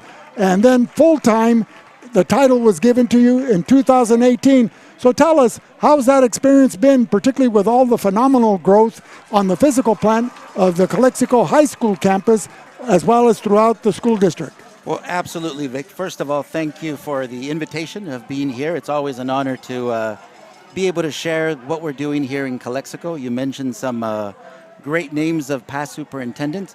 One of them, my personal mentor when I was a school site administrator, Mr. Robert Moreno. So huge shout out to all the administrators, superintendents that have been in Calexico, but especially for Roberto Moreno. If he's listening, Jeff, definitely want to give him a huge shout out. But it's an honor to be the superintendent for Calexico Unified School District. There's been an incredible amount of change that we've been working towards. It takes a team effort, everybody working together to make sure that we are able to have the vision and then look towards accomplishing those projects. So it's not a one person, goals that we're setting. It's a whole team that's working together. So just Calexico High School, I think facilities over the last few years, we've seen a huge amount of growth. I do want to thank the community for passing of some of the bonds that we have, especially Measure V. Really, when I say a team effort, it's not just the staff for Calexico Unified School District, it's the community as well. Without the community, there's no way that we can get the funding that we need for the facilities growth that we've been seeing. So we've definitely been seeing an explosion. We've had the Measure V project or bond that was passed, and with that came a lot of projects. We have a state-of-the-art culinary facility, which is one of the best, really, not only in the Imperial County, but I'm going to say in the state. We have Ward Field that was redone with the Measure V funds. We also have the walkway up from the parking lot of Ward Field that was done as well. And then in the front, we actually, what was Circle Drive, if you recall, that one was redone as well with the funds of Measure V. Then we did a 16 classroom building, which is absolutely incredible. We have all of our language arts students housed there. And then we just completed this year the 12 classroom building where we have all of our math teachers as well. And I do want to also add that with the Measure V funds, we added and completed remodernized Godfrey Gym, which is absolutely incredible, state-of-the-art. If you think of Planet Fitness, for example, where they have so many different types of equipment, and they have TVs and surround sound, this is even better. And so those are the accomplishments that we've been able to have with the Measure V bond. So that's just the beginning. And so we're now looking at Measure Q, which is a successor bond that was passed by the community. And again, that's why I say it's the community that is seeing the hard work, that is seeing the accomplishments, that what is being promised is being delivered at this point. And I'll go a little bit more into the Measure Q projects and what we're planning as far as some of the next steps. But just in regards to what we've been doing currently right now, the explosion that we've been seeing in regards to projects has been phenomenal. Well, as we look at the beautiful facility here, Willis Ward Field, and the way it's designed, the all-purpose track, and the stadium capacity increased to over 4,000 fans, on 3,000 here on the home side, 1,500 to 1,800 on the visitor side, and just the layout. Chris De La Rosa and his crew out of the district offices, how they painted it up and gotten it ready. It's the prize of the Imperial Valley as well as Southern California. And so a shout out to Chris De La Rosa. And you see all the potential with the new swimming pool being built. Now you have the aquatic center. You have an opportunity for those that want to participate in swim team are able to do so. You talked about the Godfrey Gym and the renovations and the improvements there for a training facility that looks like a collegiate or professional facility. And I understand the baseball diamond and the softball field are also going to be undergoing improvements to their dugouts and the physical layout. But let's talk about the academic approach of the Calexico Unified School District, in particular the high school. And when we make reference to STEM, the science, the technology, the engineering, and the mathematics, that's the wave of the future for today's student, so that they can be successful academically as they matriculate into the college and university life and into their career choices. Multiple story facilities, unheard of in the Imperial Valley, commonplace in Mexico, and particularly our neighbors to the south, Mexicali, as many times space is critical, so they build up rather than building out. So tell us about these buildings and how the students have responded to them, and more importantly, the teachers, because the teachers are now able to teach in state-of-the-art facilities, and so that coming together certainly has to enhance the quality of education that our students here in Calexico, the foundation of every government is the education of its youth. Elaborate. Absolutely. Thank you for sharing that, Vic. You mentioned and touched on two very important pieces that we focus on: STEAM, but not only STEAM, we also focus on CTE as well, the college and career aspect of it. And so when we look at the buildings that are actually going to be built, which are part of the next phase and project, we're looking specifically at STEAM and CTE. And so we have state-of-the-art buildings that are going to be built, where we have robotics, we have science, we have the arts. And so we're so excited to be able to offer these types of facilities for our students and our staff, which are going to enable them to just completely grow and be able to give them those opportunities that when they go out or graduate from high school, they can choose to either go the college route or go the career. So we want to give them the opportunity of having both. You mentioned about students and how they feel. The students have just been excited as much as the staff to be able to have new facilities. There's an incredible pride that comes with it when you're able to go into a building brand new, because it really shows that we're working towards the community, towards making sure that we can provide the best environment for our students.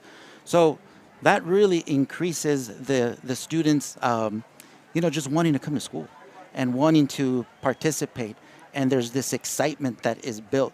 I remember when we gave the tour of the classrooms for the first time to staff and to the students, and the excitement, Vic, that our students had and our staff, just to be able to see that look of, hey, this is something that is for me, and I can't wait to come in here and be a part of this class and be a part of the school. That's what it's all about.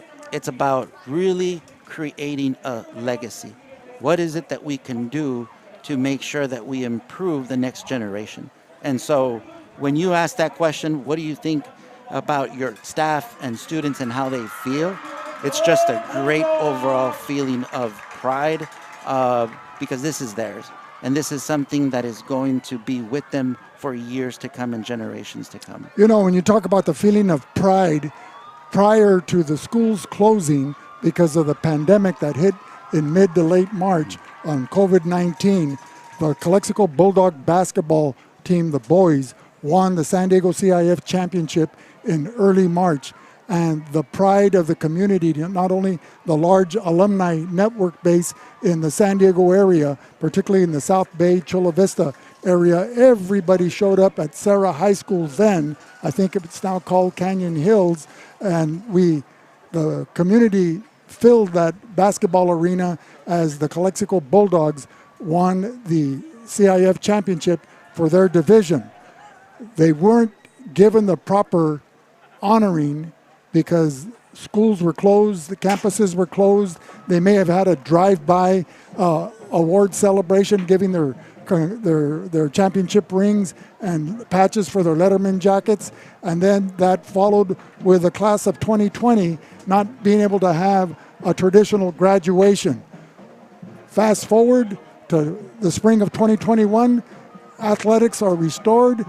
Those freshmen and sophomores are now sophomores and juniors, and they go to CIF again. So what do we look for this year with that basketball team and the excitement as they're now seniors and juniors wanting to return to the championship game, and what that means to the social and school pride life of Calexico High School? Absolutely. And you mentioned about being at the CIF championship, and I was there. And I'm a proud product of Calexico Unified School District class of 91. So if there's any class of 91 out there, 91 rocks, right? But it was amazing, Vic, because we had generations there from different classes, and we were all in one gym looking on our students with so much awe and amazement as they were battling out, and they clinched it and they won the CIF. And that was such a wonderful, feeling to actually be there and be able to experience it. When it comes to sports, that is the life, right? In regards to the district, it's where all of our students get that opportunity where they represent us, and that's one of the things that I always say with sports.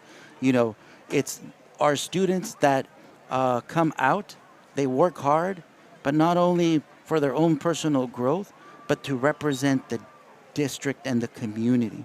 So they go out and they give it their all. And so to have our students, not only for basketball, but all the different sports, it's been really the key of us getting back to normal. And I'll give you an example. When we were shut down right after the basketball, when they won the championship, after that, it was everything pretty much shut down completely, right? So when things started improving little by little, the first thing that came back was the sports. And we were all very careful to be able to bring it back. We had to do testing, and we had to make sure that everybody was masked, following the guidelines, making sure that everybody was safe. But when we look at the representation and we look at what started bringing everything back to normal, it was sports. And so now to be here and to see this amazing game that's taking place right now and be able to see so many people, it's an example of how we're getting closer to being normal. And it's the sports that does that.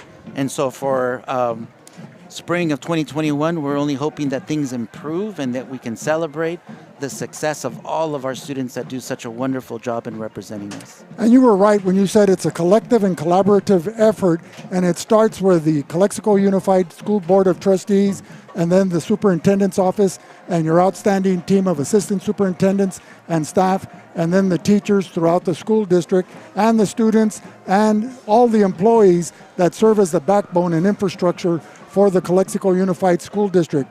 As the transition was seamless, going from Zoom to a hybrid learning example, and now to physically being present on the physical plant of all the schools at their sites, and particularly Calexico High School. Carlos Gonzalez, we thank you for gracing and honoring our halftime show. You've done a great job leading the school district, and we wish you all the success in the future for the 2022 calendar school year. Thank you, Vic. Appreciate it. Ladies and gentlemen, Carlos Gonzalez, the Superintendent of Schools, will be back with more in a minute on Valley Sports Network.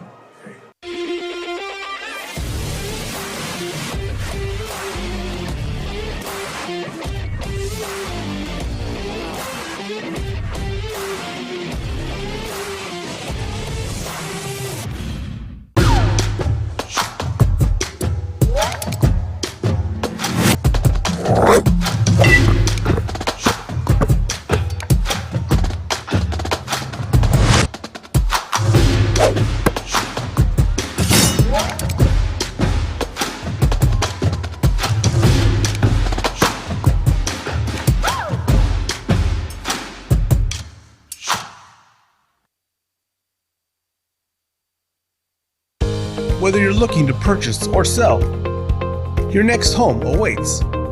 Give the Dom team a call. With over 50 years of experience and over 100 years in the Imperial Valley, Andy and Doug can help you find the right home at the right price fast. Visit us online at www.thedomteam.com and let Andrew and Doug find the perfect home for you. Call today, 760-337-8600.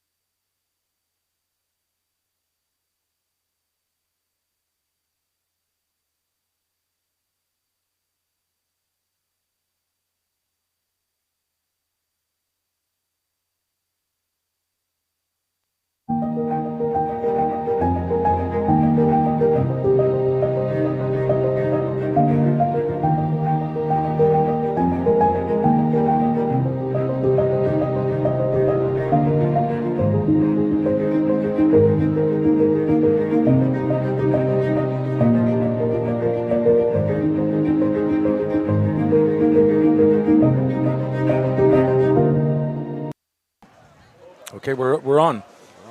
Welcome back, ladies and gentlemen, to Valley Sports Network, the source for Imperial Valley Sports and Bulldog Media 2021. As the Calexico Bulldogs open the second half, kicking the football off to the Vincent Memorial Scots, who start the third quarter down by a score of 14-9. We'd like to welcome the founder of Vincent Memorial Scott football from the class of '83, Jaime Santos. Jaime, welcome to our program. Thank you, Coach. Thank you. Just for you fans out there on internet land, I have to call Vic Carrillo my coach because he is my coach. And basketball, life coach, he's the man. So thank you. Well, Jaime, thank you for the flowers. And but anyway, let's get back to this dream of yours of having football at Vincent Memorial High School, formerly known as an all-girls school until the fall of '76. And 5 boys were admitted to that class. They graduated in 1980, and the enrollment in the male population increased over the 80s, but never enough to field a football team.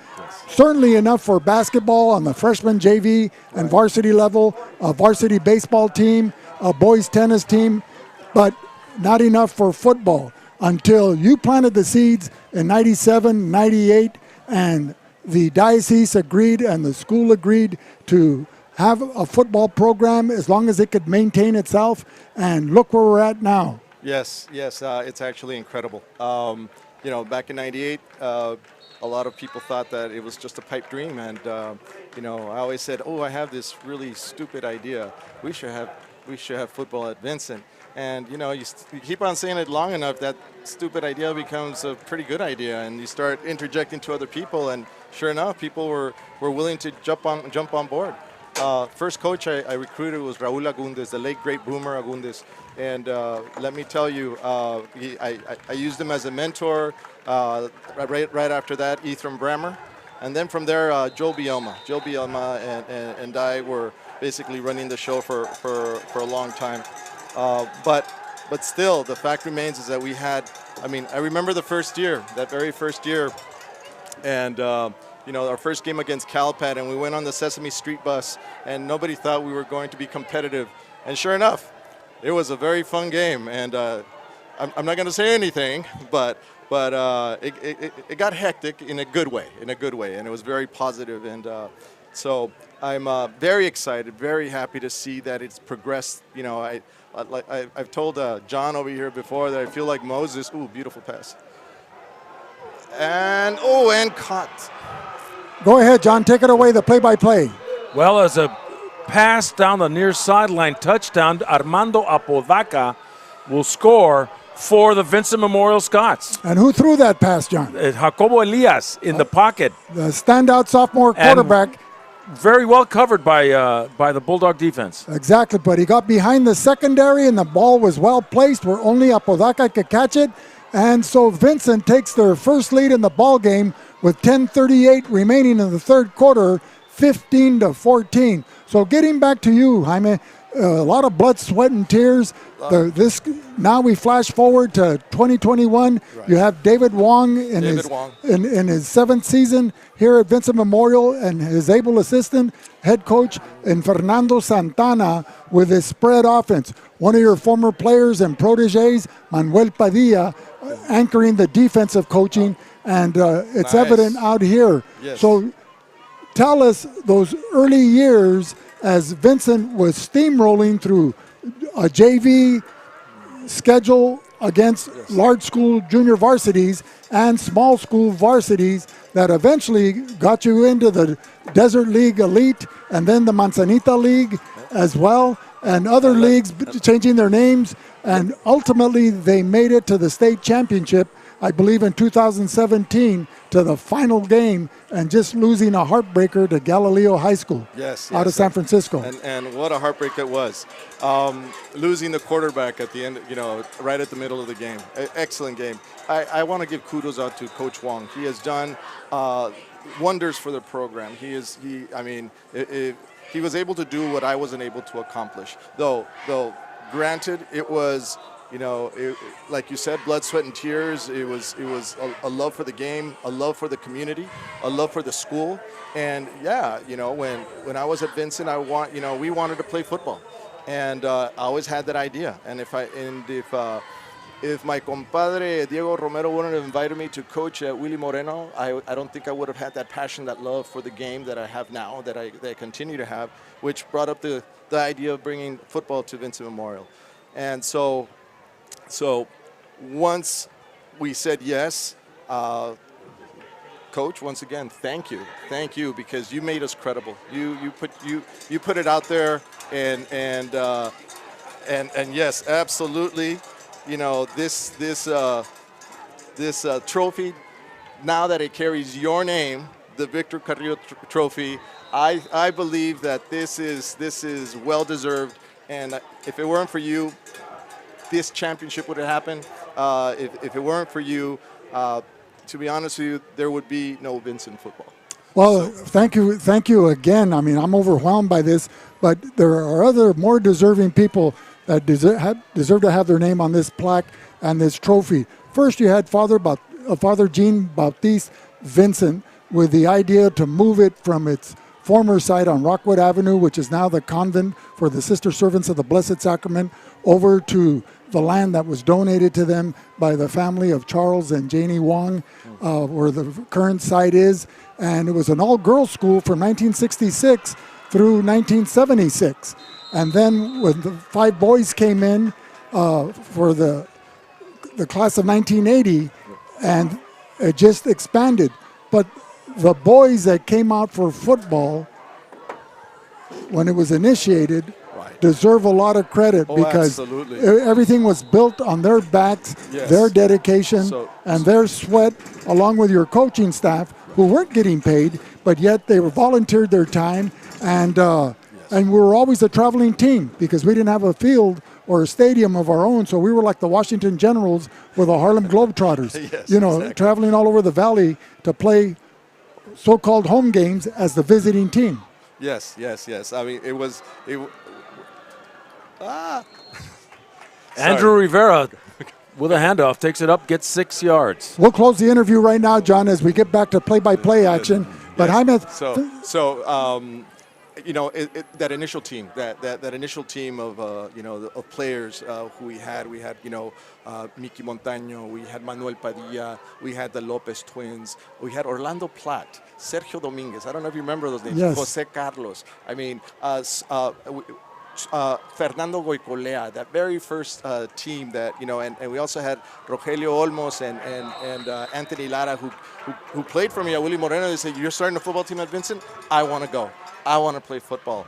And we were only 20 players, but yes, we were doing very well. Well, Vincent Memorial has firm footage in the San Diego CIF section for football. Yes. The reputation is there. They've won many games that people didn't expect them to win. And look what we have now. 21 years later, the battle for the border here as a traditional cross-town community game involving the Calexico Bulldogs and the Vincent Memorial Scots. Fighting for the Victor Carrillo Trophy. Absolutely. Well, thank you very much. And we'll close it on that as we welcome back the voice of choice, the real deal, your friend and mine, Johnny Moe, John Moreno Brown. Well, thanks, Vic. The Bulldogs fumble the football in exchange with Ernie Sanchez from Abraham Zazueta, and the Scots recover and have a first down at the 46 of Calexico. John, what did I miss? Well, you missed a couple of drives, but the Scots have the ball now. And the Scots have the lead, 16-14 with 9:16 remaining. I'd like to give a shout-out to Luis Montaño, keeping us up to date and on par. Elias over the middle, pass is caught by number 7, Ascolani, running a seam route, will get a first down and move the chains inside the 20. So that's Max Ascolani. You had the middle linebacker for Calexico blitzing on that play, and so right away, Ascolani runs to that vacant area where the middle linebacker was protecting, or would have been protecting if he was in zone coverage, and as a result, he ran to the open spot. The football was there waiting for him, and Ascolani comes up with that clutch after dropping a potential touchdown pass in the first half in the end zone. 1st and 10, empty backfield. Elias, shotgun snap. Has trouble, scrambles, goes to the right side. Can't find a man, does find him. And looks like it was Diego Ilurde, the intended receiver. But it goes right between his hands, and it brings up a 2nd and 10. So Vincent in the red zone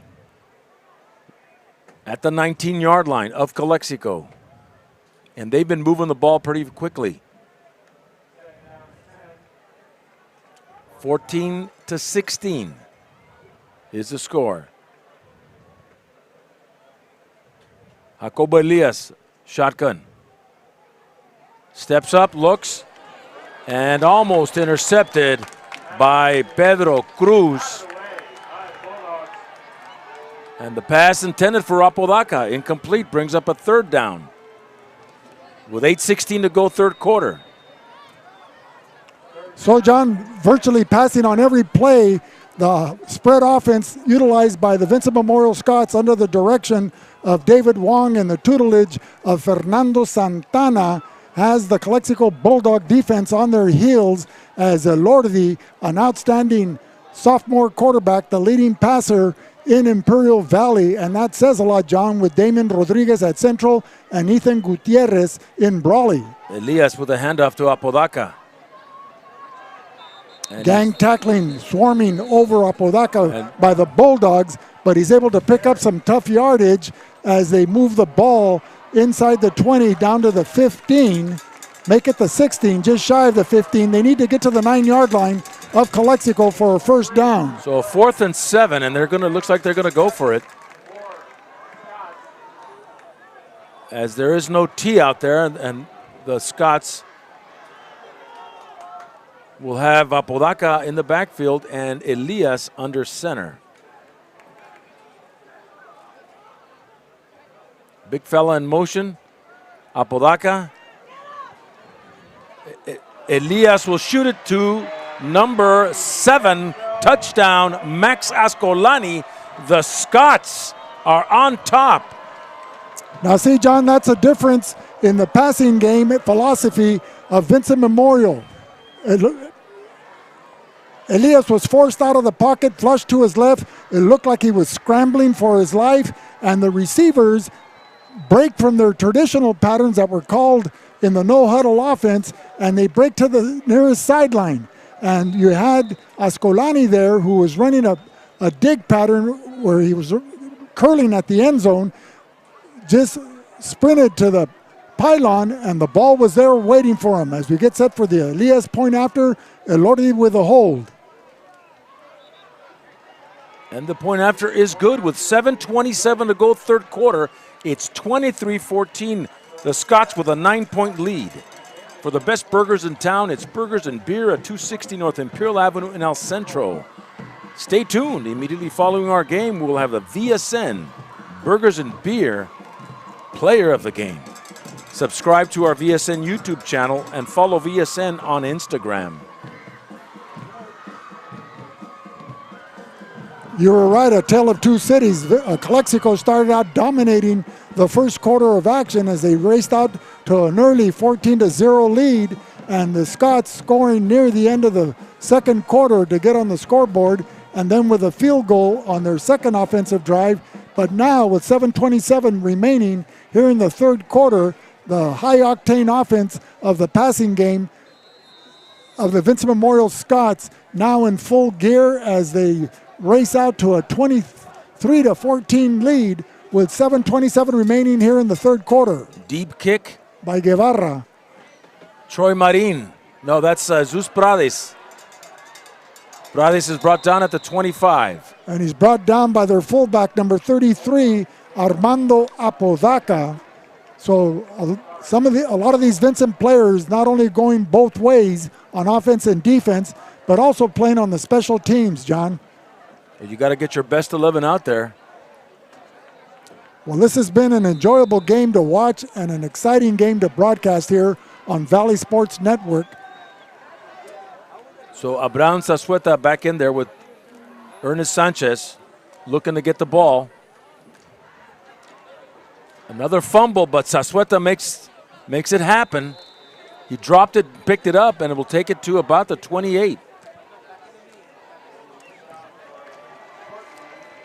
So the Calexico offense trying to get untracked here, trying to find some balance as the Scott defense keen on Ernesto Sanchez or Sassueta, knowing that when Sassueta's in there, they're going to be running more than passing, as David Esquer now goes into the ball game. Oh no, I take that back. Sassueta was just coming over to get the play from the sideline. And the Bulldogs need to make some big plays happen right now that Sassueta has already done. Well, they need to regroup, John, and recapture Lady momentum, as right now Lady Mo is on the Vincent side. Sassueta rolling out. Pressure. Shoots it. Almost intercepted, as it was too high for Andrew Rivera, yet too low for Andres Ramirez. Now see, when he was forced to scramble, flushed out of the pocket, it looked like a fire drill run at the Fox Theater, and as a result, the receivers were kind of just standing around, not knowing where to go. They were trying to read Sassueta's eyes. This is the difference of practicing that formation and either running to a certain spot between the hash marks or utilizing the sideline markers to your advantage. Doubles formation. Sassueta looking left side. Cruz one-hands it, incomplete on the left outside. So they're faced with a 4th and 7, John. Do you punt as you're down 23-14 here in this ball game with 6:17, or do you go for it? And if you're not successful, will your defense be able to stop the offense of Vincent Memorial? Well, you're going to have to step it up and push that ball back as far as they can go with Pedro Cruz punting for Calexico. Armando Apodaca is back, or no one's back No for one's Vincent. back there, no. And it's just a high end over end. A short punt. It'll go into Scott territory about the 49. So the Scots, good field position coming up now on offense. John, I can't believe this. Well, you had a bad exchange between Ernie and Abraham, which led to the Scots touchdown in the third quarter. And now the Scots got the football at the 49. And the Bulldogs need to step up and try to cover this explosive passing attack by the Scots. Well, number 35 for Calexico, brought up from the JV, Leo Canchola, 5'9", 175 pounds, now into the ball game at linebacker and covering one of the deep threats, Andre Rodriguez of the Scots. Elias Gunn is all going to be sacked. And that's a big play by number 44 and 55. Francisco Areola and Gabriel Verdugo. And a lot of yardage lost on that one. Well, their resilience pays off, John, as they finally were able to get Elias in their clutches, and they drop him for a big loss deep in Scott territory, all the way back to the 39-yard line of Vincent Memorial. They need to get to Calexico's 41-yard line for a first down, as they're faced with a first and forever, it seems like. According to Charlie Samaripa, the score clock operator, it's a 1st and 25 from the Scott. A 2nd and 25. 2nd and 25 from their 34-yard line. Decides to scramble. Beats Sassueta on the right side and makes up a lot of yardage. He couldn't find a receiver, so he keeps the ball, runs it at least 15, 16 yards, and takes it into Bulldog territory at the 47. It was a foot race with him and linebacker Gabriel Verdugo, which he was able to turn upfield, get across the 50, and advance it into Calexico's 47-yard line before he was pushed out of bounds by Gabriel Verdugo, who finally caught up with him. So it'll be 3rd and a short 6 for Vincent Memorial. 4 minutes, 30 seconds remaining here in the third quarter. Vincent on the move again. Elias out of the shotgun. Empty backfield. Ascolani in motion. He'll take the snap over the middle. Intercepted. Abraham Sassueta. Big play right there at the 47. So Sassueta read it well from his linebacking position. Catches the pass by Elias, and the Bulldogs get the ball back. Well, Sassueta dropped back in zone coverage there in the middle of the field between the two hash marks and was able to come up with that interception to stop that drive. The tackle was by Luis Velati, number 1 for Vincent Memorial. In the third quarter at the Bell game, it's 14-13 Brawley. So another close game up in El Centro. So not only is it for the Bell game, John, it's also for the league championship. Sanchez with a handoff. Will keep pounding and pick up 8 yards and takes it to the 45 of Vincent. So it'll be a 2nd and 2 for the Bulldogs. Well, it was they Diego, keep that momentum. Yeah, Diego Gallego that was there able to stop the forward thrust of Ernesto Sanchez, but not until he picked up 8 yards on that carry. Prior to his 2 injuries, he was averaging 11.5 yards per carry. 3:39 and counting. Sassueta decides to keep it, and it's just a one-man show as he gets a first down, move the chains. He'll spot it at the 41. So Sassueta with a first down. Running behind the blocking of the center, Christian Martinez, number 56, along with guards Isaac Santiago, 67, and Isael Gastelum, 57. They were able to get some positive yardage there at the to the 41-yard line of Vincent, giving the Bulldogs, a first down. The clock ticking, 3:01. We're getting under 3 minutes of play here in the third quarter.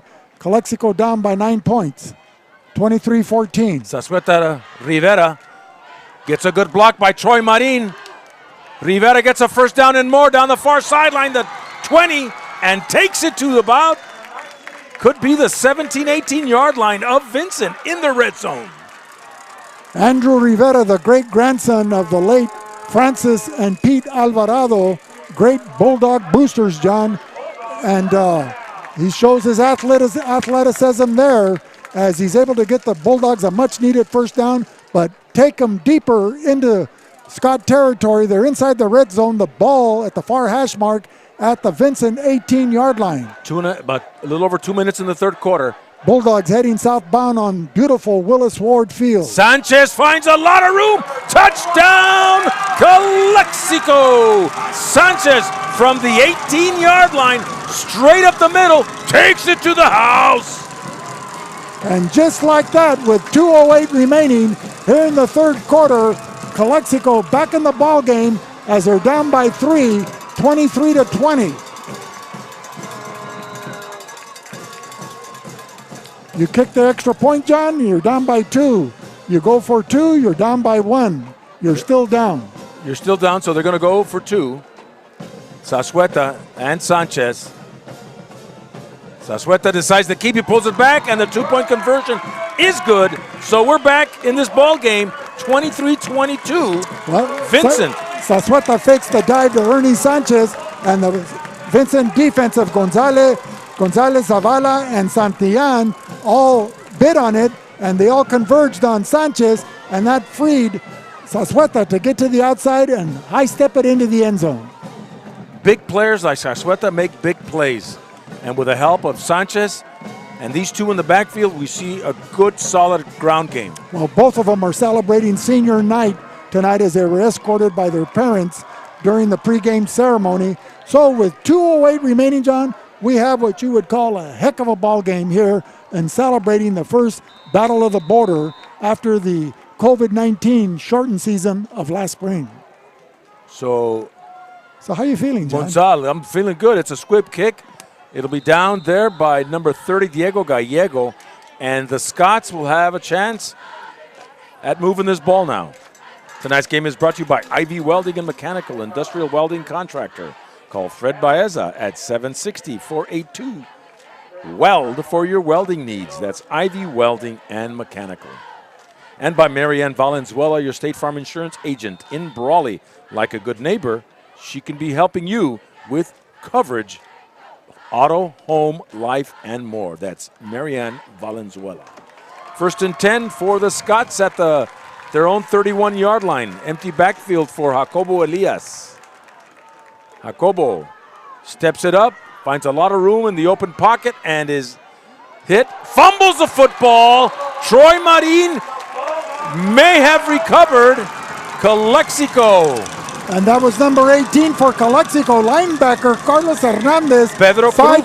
5'10", 155 pounds, 75 pounds, excuse me, makes that hit along with Pedro Cruz, John. Wow. The Bulldogs are now fired up, down 1 point. So under 2 minutes to go. On 1:59 remaining, we said Lady Momentum had to switch sides here, and Calexico had to recapture Lady Mo, and it looks like they have here in the closing minutes of the third quarter. Abraham Sasueta. Shotgun. Rivera in motion. He'll give it to Sanchez, finds a lot of room. 30, 25, 20, 15, 10. A touchdown, Calexico. Ernest Sanchez from the 41-yard line takes it to the house. Well, Sanchez takes the handoff from Sasueta, running off tackle behind the blocking of Isaac Santiago and Yair Silva, 6'1", 290-pound tackle. And once he got to the outside, he juked to his right, then to his left, and then put on the afterburners, John, and outraced the Scots secondary to give Calexico, as they regain the lead, 28-23 with 1:50 remaining. Going for two. How do you like them apples, Louis? They're going for two. Sanchez with a handoff. Does he make it up the... Are we waiting for the direction? No, he doesn't. They hold him. Well, Zavala, Gonzalez, and Sanchez, it sounds like a law firm, there to make the stop behind, not just shy of the goal line. And so Vincent, rather than allowing Calexico to take a 7-point lead, keeps the margin of difference at 5 points, 28-23. The Top Notch Barbershop at 317 Wake Avenue is open 7 days a week, Monday through Saturday, and Sundays 8 to 5, where the regular haircuts are $20, and on Wednesday it's a $15 special. Military and senior discounts offered every day at Top Notch Barbershop. And for the most in-depth coverage and local news, it's the Calexico Chronicle, chronicling our community border region and beyond since 1904. Squib kick, Diego Gallego hesitates and take it up to the 45. So Gallego smartly and alertly takes that football on that squib kick and is able to advance it from his 30 to the Scott 45-yard line. Excellent field position for Vincent Memorial with 1:43 remaining here in the third quarter. The Scots need to regroup offensively and try to do something after that turnover on that fumble that allowed Calexico to respond with a 41-yard scamper by Ernesto Sanchez, and more importantly, regain the lead from Vincent Memorial. So plenty of time left in the ball game, John. 143. And here in the third quarter, 1:43 remaining. Elias, shotgun, pumps, goes deep. A man is open and almost intercepted. That is Pedro Cruz playing a hell of a safety position out there. The pass was intended for number 3, Miguel Ruiz, but what a pass by Elias. He threw that pass 55 yards, John, and right on the spot on the 10, and it took a miraculous defensive play by Cruz to deflect it at the last second, and as a result, all it does is have everybody return to their seats as they all stood up for that play, and the result wasn't what they were hoping for. 2nd and 10, Elias, shotgun, evades a couple of tacklers, still on his feet, decides to keep it. 40, he keeps it inside, and he's evading everybody, taking it to the 30. John, this guy's an exciting football player to watch, and what you saw there was instinctive. Most quarterbacks will slide when they see a defender approaching to take the safe way out, and I'm not knocking that. But Elias is a running back at heart and a quarterback in his mind, and and a winner just in his attitude, and he took that ball for an additional 15 yards to give Vincent Memorial excellent field position inside the 40 at the 30-yard line of Calexico. Elias under center with the split backs. Apodaca. Little pop pass there to number 7, Ascolani. going over the middle. Pass is caught, and it's a first down for the Scots. I think that play was called by Fernando Santana just to give Elias a breather there after that run, because that's a play that they usually utilize inside the 10-yard line to score. With Ascolani, he has 3 touchdown receptions off that play this season as the tight end, but it gives them a first down. It gives Elias a breather, and now with 8 seconds remaining here in the third quarter, this could be the last play. Elias. The pass is deflected by number 44. Arriola of Calexico. And that will take us to the end of the third quarter. The score, 28-23, Calexico. The Robinson Ford family is proud to support breast cancer awareness. We pray for the many people in our valley who have suffered from this grave illness. Stomp out breast cancer in the month of October. Robinson Ford Sales reminds you, due to the chip shortage, new car inventory is increasing slower than usual. Have you earned your varsity letter? We'll get your Letterman's jacket started today at Letterman's and Bros, 760-693-5034. Ask for Dan at Letterman's and Bro. Need real estate services? Thinking of buying or selling a house? Wondering what your property is worth? Get top dollar on your investment. Call Marcus Ged, real estate broker offering professional, friendly service for 27 years. Esqued Realty, the mark of excellent. And the Town Pump Steakhouse, now open Tuesday through Saturday.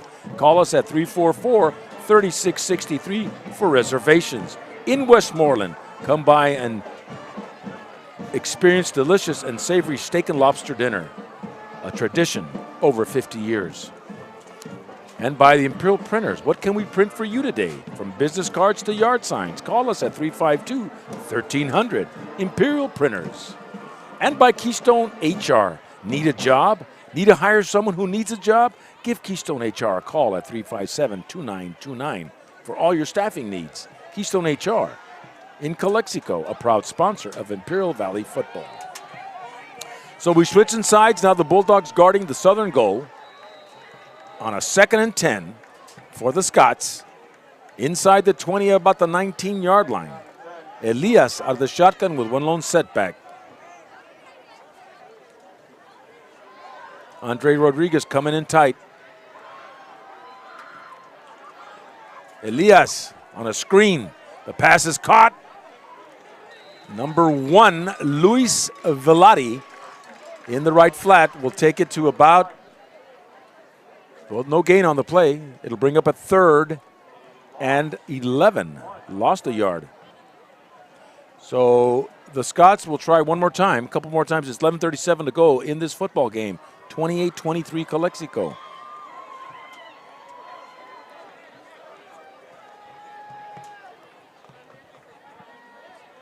So the Scots in control right now with Jacobo Elias.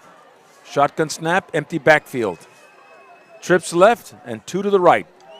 Elias, pressure, throws it in the left flat. The pass is caught. Number 7, Max Ascolani, and brought down by Rivera, but not good enough for a first down. It's 4th and inches inside the 10-yard line at the 9. Well, John, this is shaping up the type of game that whoever has the ball last is going to win this game. As we go into the fourth quarter with Vincent down by a score of 28-23, and an outstanding played game, but more importantly, an outstanding officiated game by the Imperial Valley Football Officials Association, headed by John Seaman. Time is called. The Dom Team Real Estate Company serves the entire Imperial Valley with a full array of services limited not only to residential, but including farmland, commercial, and industrial ground. For more information on the Dom Team Real Estate Company, call 337-8600. Your County Supervisor, District 1, Jesus Cachu Escobar, is a proud sponsor of VSN and is a committed public servant.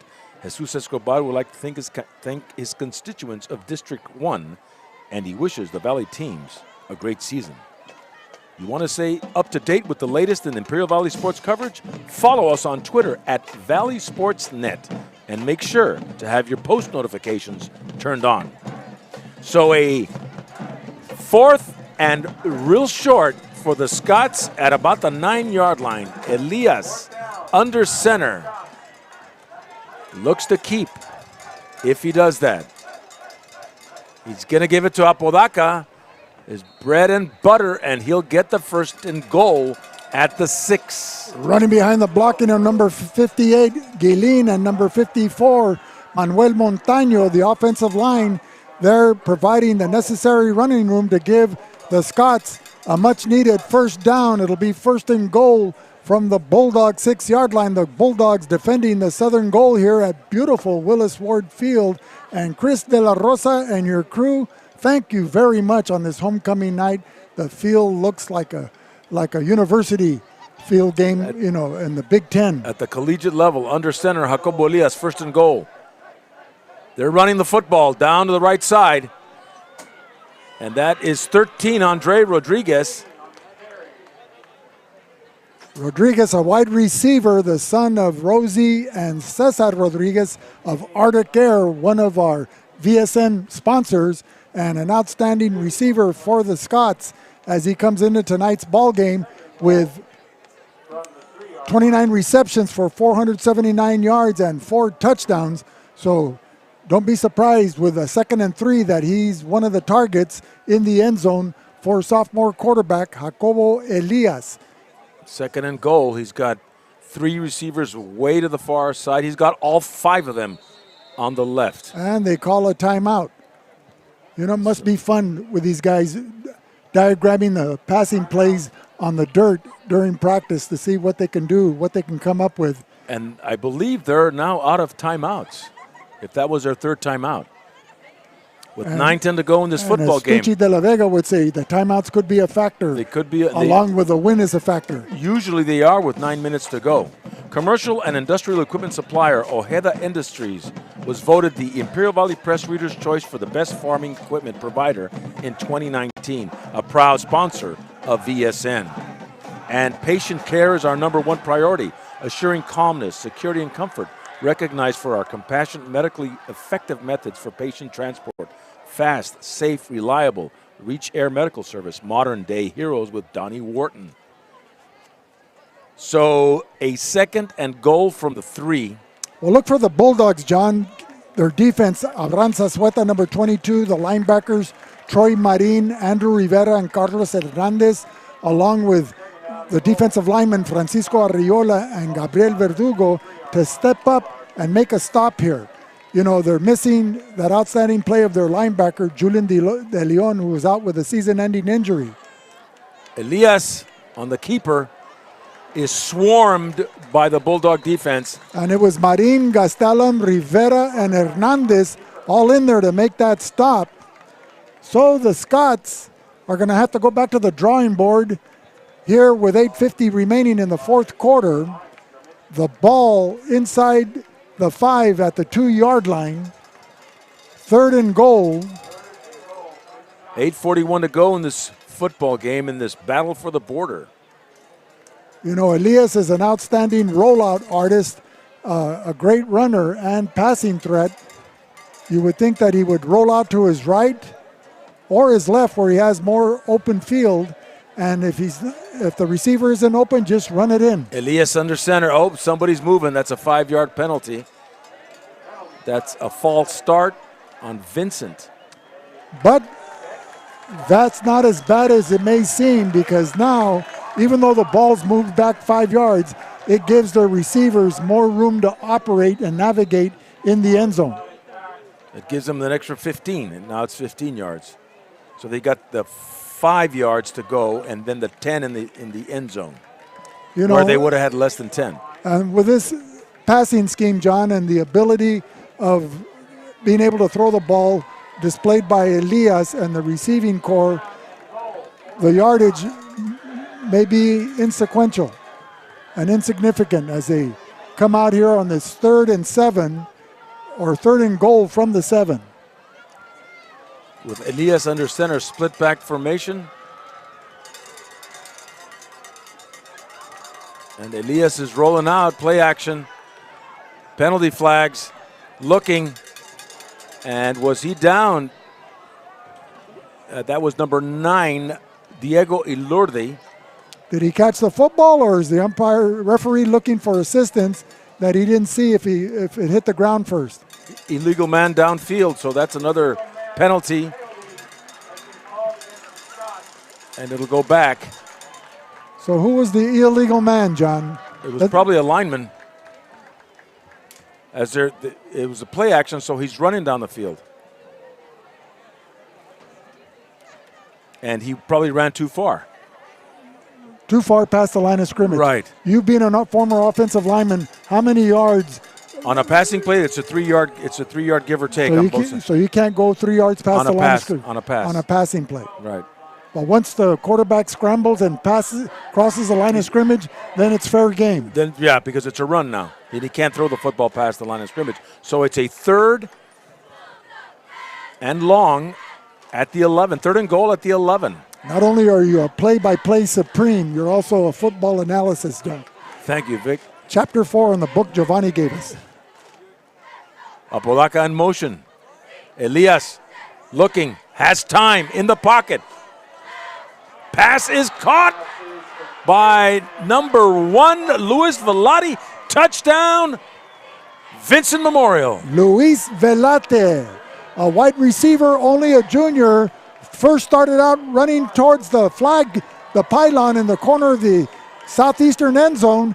And once Elias had all that time, he cut back across the center of the end zone towards the L&D of Bulldogs that was finally written by Chris De La Rosa and his crew. And as a result, Vincent regains the lead. And they split the uprights.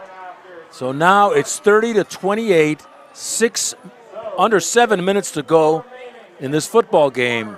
And Calexico will get the kickoff. Well, they're down by 2, so a field goal will win it. But does Calexico have that strong kicking game behind Lorenzo Rodriguez? Because everything has to be perfect in the alignment. The center snap has to be fast and accurate, the hold, and the kick. And don't forget, the kick protection, the blockers have to provide the time for that kick to get underway. So anyway, we're getting set for a Guevara kickoff here on the gridiron. So a false start on the kickoff. Guevara has to move it 5 yards back, and now there's some give and take. Well, this might give Calexico an opportunity to have good field position. End over end. Rivera. Inside the 5, going to the far sideline. And penalty flags thrown. He'll go out of bounds at around the 32. Around the 32-yard line, and flags thrown on the play. The primary one by head umpire John Seaman. So a penalty called against the Bulldogs. They'll march the ball back 10 yards, 15 yards? It goes against Calexico. So Calexico will be starting deep in their own territory with 6:46 remaining. And to keep Louis Montaño updated, Vincent Memorial 30, Calexico 28 here in the fourth quarter. And in the bell game, 21-13, Brawley for the league championship and the coveted bell. And they're playing that at Cal Jones Field, correct? Right, in Sparta. Handoff. Rivera turning in the corner, 35-40, 45-50, all the way to the 40 across midfield. And tackled by number 23 of Vincent Memorial. That's Davalos, making that tackle, but not until Rivera is able to cross midfield into Scott territory at the Scott 39-yard line. Big players make big plays, Vic. Andrew Rivera is one of them. 1st and 10 at the 39. Sasueta. Sanchez evades tacklers, going to the right, jumping up inside the 25 to the 22. Another first down for Calexico. Running behind the blocking of number 94, Mario Redondo, and guard Nisael Gastel on number 57. Ernie Sanchez runs up the middle to the gut of the Vincent defense. Didn't like what he saw and juked out to his right and was able to pick up some running momentum and yardage and open field and advance the ball across the 30, across the 25 to the 22-yard line of Vincent. 5.5 to go. Sanchez again. This time he's brought down. Nowhere and nothing. And that was number 2 for the Scots, Juan Carlos Bejarano, along with number 52, Timbres, there to make the stop. So the Calexico loses 2 yards on the play, possibly 3, make it a 2nd and 13 as Abraham Zazueta, number 22, gets the play from Fernando Solano, the head coach here in his 2nd season coaching Calexico High School. His counterpart across the field, David Wong, 11 seasons, coaching 7 of them at Vincent. Zazueta, Sanchez up the middle. And Sanchez will take it to the 20. He'll pick up about 5. So the Bulldogs surge on the offensive line, led by number now 71, Mario Arredondo, who had his jersey number changed from 94 to 71, but still playing on the tackle position, able to provide some running room for the Calexico Bulldogs with 4:20 remaining here in the 4th quarter.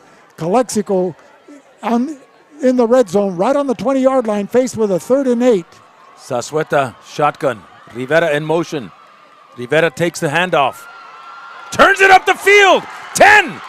Inside the 10 to about the 8. Move those chains. 1st and goal, Calexico. Brought down by number 5, Esteban Sanchez, a cornerback, but not until Rivera is able to pick up an important and valuable 1st down for Calexico to keep this drive alive. As the ball's inside the 10, it'll be a 1st and goal from the 8-yard line, John. What say you? I say there's 3 minutes and 42 seconds to go.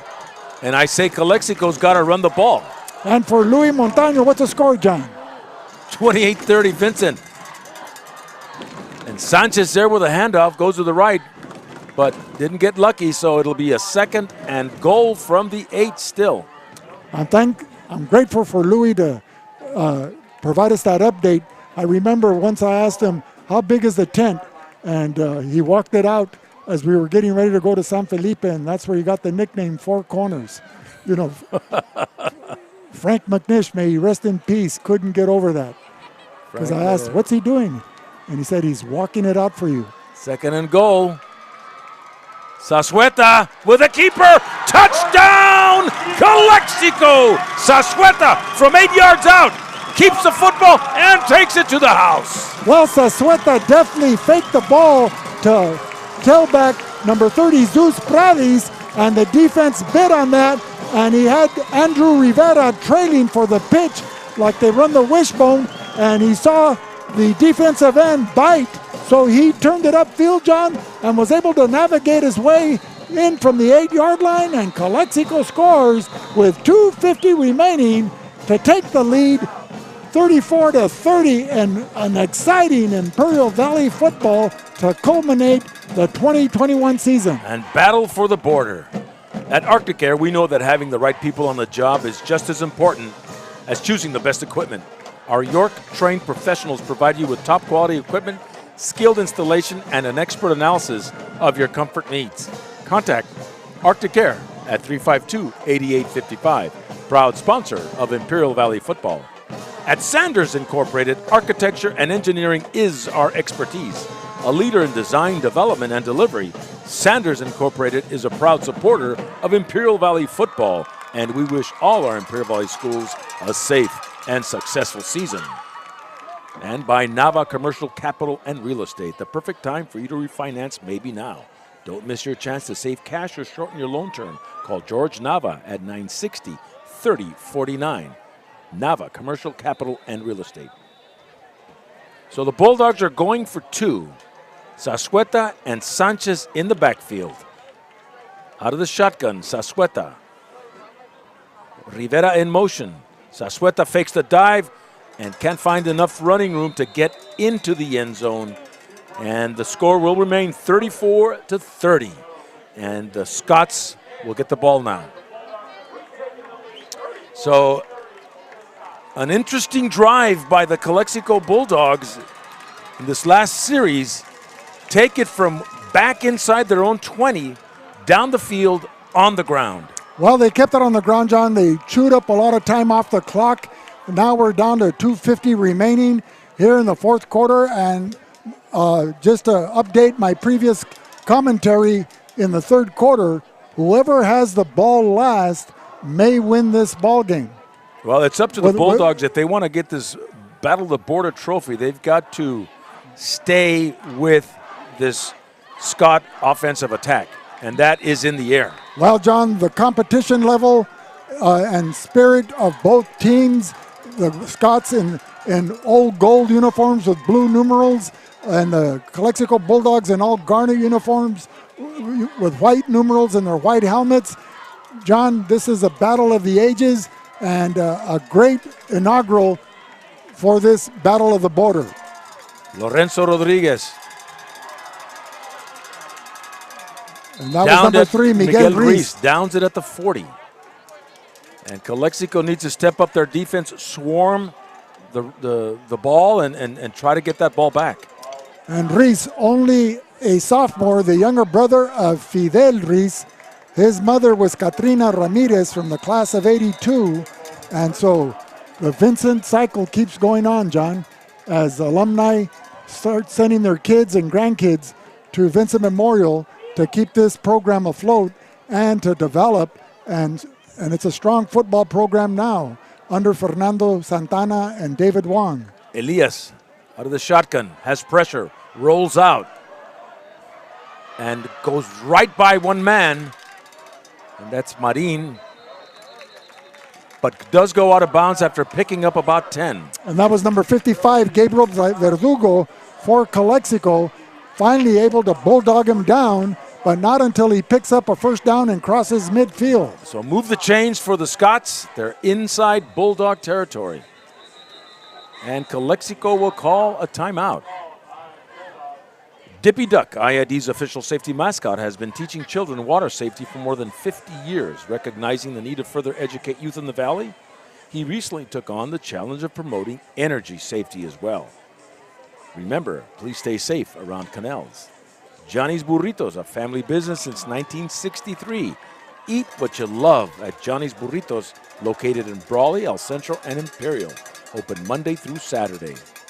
Havens Landscaping, 603 East Main in El Centro, specialized in gravel, rock, and stone. Let us know what you need for your next project at Havens Landscaping, 352-6735. Subscribe to the VSN YouTube channel and follow us on VSN Instagram. 1st and 10, Vic, at the 49. The Scots out of the shotgun. Trips right. Elias, poised in the pocket, rolling out. Feeling some pressure, breaking some tackles at the 50. Stiff arms and hard to bring down, but there is number 7, David Rivera, putting the pressure and no gain after all that scrambling. You know, you have to admire the conditioning of Elias, because he's handled the ball tonight and running and passing and being forced to scramble, and every play's an elite play. 1:50 to go, 2nd and 10. Elias scrambling, looking deep. A man is wide open, and it's intercepted. Andres Ramirez. He dropped it, but it could have been intercepted, and it wasn't. Over the middle, reading it well, Andres Ramirez from his safety position. Well, what a ball fake by Elias that he had everybody faked out as he pump faked and then brought it back, and everybody was like, where did the ball go? And he still had it in his grip and in his palm of his hand, John, and then just flicked his wrist, and that ball traveled 45 yards in the air. 1:39 to go in this football game, 34-30. Calexico, Vincent has a football on a 3rd and 10 at the Bulldog 49-yard line. I noticed some excitement in the air and in your voice, John. There you go, empty backfield. Elias has time, steps up, looking. Pass is caught, first down, left flat, but hit hard by Sasueta. And that looks like Apodaca, or no, Andre Rodriguez. Andre Rodriguez, number 13. First and 10. Giving the Scots a much-needed first down, and they move the chains in Bulldog territory. At the 36. The 36, 122 remaining in the fourth quarter. Apodaca in motion. Elias looking for pressure, and the ball is deflected. Looks like it was deflected by Sanchez as he's coming around the corner there. So it'll bring up a 2nd and 10. It'll stop the clock at 1:10. Well, a field goal won't help Vincent Memorial because they're down by 4 points, 34-30, with 1:10 remaining. So they need to get the ball in the end zone if they want to win this game and be able to pull it out. So they're faced with a 2nd and 10, the ball at the 36 of Calexico, the far hash mark in front of the Scott bench. Elias, shotgun, fake pump, has all the time in the world, and Sanchez is there, breaks away from him, decides to keep it, breaks another tackle, goes out of bounds inside the 35 at the 33, so he'll pick up 3 or 4 yards. Who is this guy? Man, John, he's like a man among boys, and he's only a sophomore. We're going to get to see 2 more seasons of this if everything falls into place. Stopping the clock with 57 seconds to go. It's a 3rd and 7 at the Bulldog 33. You know, Jacobo Electric, man, he's exciting to watch on every play. You don't know what's going to happen, but you know it's going to be something good. So the Bulldog defense trying to keep them in check in between the 2 hash marks, John. That's where they've been most successful, and not let them get outside of the hash marks. Trips right. Elias, shotgun, looks over the middle. Pass is caught and gets another first down. They don't have any timeouts remaining. That is number 13, Andre Rodriguez. And the clock is ticking with 45 seconds to go. Let's see if they spike it. And they spiked the football to stop it. And that was the difference between Calexico in the closing seconds of the first half, where they took a knee and the clock ran out because it was like a running play. 1st and 10, Elias is pressured and sacked, and the ball goes down, and that is number 20. Who's that, 52? It's 55, John. 52, Vic. 52, that's Diego Gurola. A 2nd and forever. Another spike with 13 seconds to go. The Scots back at the Bulldog 42-yard line. Well, I'm surprised that Gurola made that tackle, and give him credit because as of yesterday, he was out with an injury. And so I guess Solano was able to get him healthy in time to get him here in the last quarter in the closing seconds of the ball game. 13 seconds left. Vincent faced with a 3rd and 24. The ball back at the Bulldog 40-yard line. Bulldogs defending the southern goal. So, John, a synopsis of what you've seen thus far and what these last 13 seconds will bring up. An evenly matched game here. We've seen an outstanding passing attack by the Scots. And on the other side, we've seen an outstanding running game by Calexico. And some big plays like that one right there by Diego Gurola. And seen some big plays by Andrew Rivera, Abraham Zazueta, and Ernie Sanchez. And so now it's a 3rd and about 24. Well, John, I have to compliment you on your haberdashery and choice of sport coats. It brings out the color in your eyes. Thank you. Shotgun snap. This could be it. Looking deep over the middle. Andres Ramirez stops it, blocks it, and it'll be now a 4th and long with 6 seconds to go in this football game. The battle of the border is not over yet. So with 6 seconds remaining, Calexico 34, Vincent Memorial 30, a 4th and 24. This could be the last play for Vincent for the season as the ball is at the Calexico 40-yard line. John, does this game have CIF?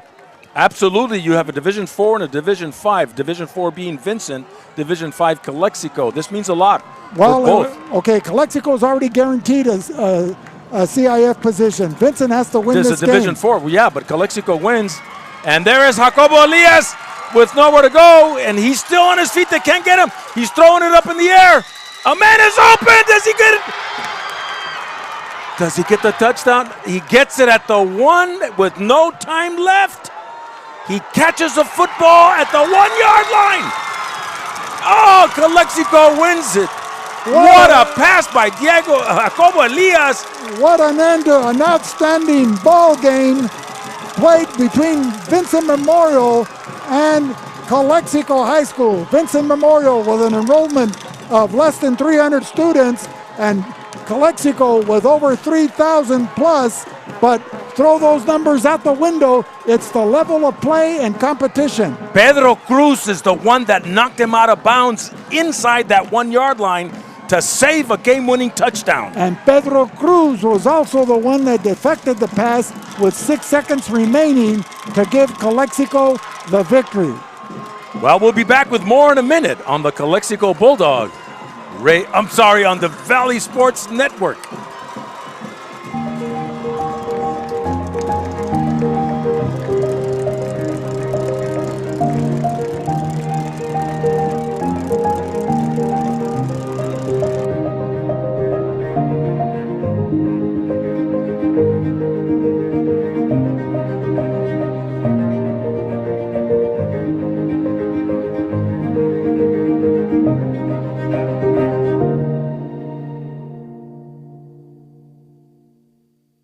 Reducing energy use during the summer is more important than ever. This summer, IID encourages you to do your part by setting your thermostat to 78 degrees or higher, avoiding the use of large appliances between 4 and 9 p.m., and turning off all unnecessary lighting. But there's more. IID provides a number of summer energy-saving opportunities to help you make the most of your energy savings efforts.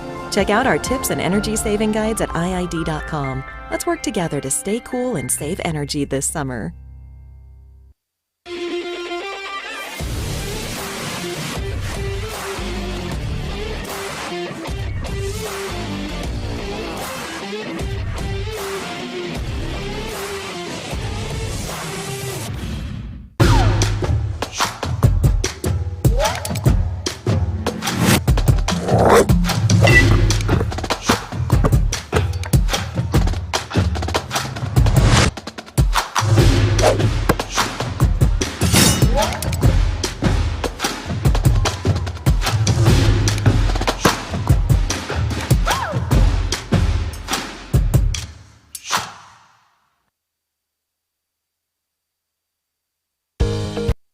Trophy it up. Okay. So welcome back, ladies and gentlemen. A great game between Vincent Memorial High School and the Calexico Bulldogs as the Vincent Memorial Scots came up shy on the last play of the game on a 39-yard pass from Jacobo Elias as they were faced with a fourth down play with less than 6 seconds remaining, and Pedro Cruz knocking out the receiver at the 1-yard line, just shy of the goal line, which would have given Vincent Memorial the game. A beautifully played game. John, it can't get any better than this in this inaugural Battle of the Border. I couldn't ask for a better game, Vic, because what you did see, you saw great athleticism on both sides. You saw two determined teams to come out here and fight, and they were fighting for that coveted new Battle of the Border trophy, which was donated by Eduardo Eddie Rascon. Well, both teams did what they do best, John. Vincent Memorial passing the ball and Calexico running the ball behind Abraham Zazueta and Ernie Sanchez. And speaking of Abraham Zazueta, there were many stars in this game. From the Vincent side, you had Jacobo Elias that just dominated, but the player of the game, sponsored by Burgers and Beer, goes to the player on the winning team, and the one that provided stability in the second half when Calexico fell behind was their quarterback, number 22, Abraham Zazueta, a senior, and as a result, he's been selected by Valley Sports Network as the Burgers and Beer player of the game. And I couldn't have picked a better person, a better athlete, a better leader of this team. Abraham Zazueta did it all, ran with the football, and scored touchdowns or, read that option very well.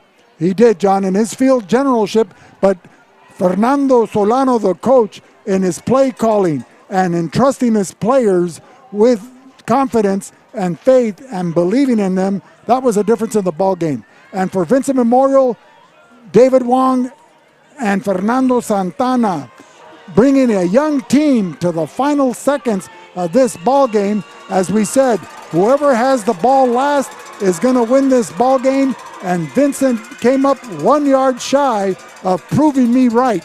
And so, Wow. John, Vincent has nothing to be ashamed about. They came out and gave Calexico a run for their money, and as a result, Calexico ekes out a narrow 34-30 game after rallying twice from 2 deficits throughout the game to pull out this victory. And we saw that replay, and there was no question he was out at the 1 yard line. Who was the receiver for Vincent? I couldn't tell. We were very far, the furthest we are up here in the booth. But we'll take a look at that replay one more time. Well, should I go down now and make that presentation? Or Vic, I think you should make that presentation for the Battle of the Border, a trophy in your honor, because you've done so much for both schools. You've worked, and it just goes all the way back to your high school days when you were 3-sport athlete, 26 strikeouts at Brawley, went to IBC to play baseball, went to Arkansas to play baseball, came back and been an assistant recreation director for the city of Calexico, and just promoted sports from there on in your teaching profession, and then serving Calexico and the county as a supervisor and mayor and councilman. I couldn't think of a better person to give the trophy to. Well, thank you very much. I'm honored, I'm flattered, but I'm totally surprised. And as I said, it was a collective effort, John. You should have had this, or No. I don't know what to say. You got it. It's yours, and let's go down and present it. Ladies and gentlemen, we thank you very much for tuning us in. We'll see if we can get the camera down there to present the trophy to the principal or the administration, and then we'll get it going. So, ladies and gentlemen, thank you for tuning in, and more to come after this. Whether you're looking to purchase or sell, your next home awaits. Give the Dom team a call. With over 50 years of experience and over 100 years in the Imperial Valley, Andy and Doug can help you find the right home at the right price fast. Visit us online at www.thedomteam.com and let Andrew and Doug find the perfect home for you. Call today, 760-337-8600.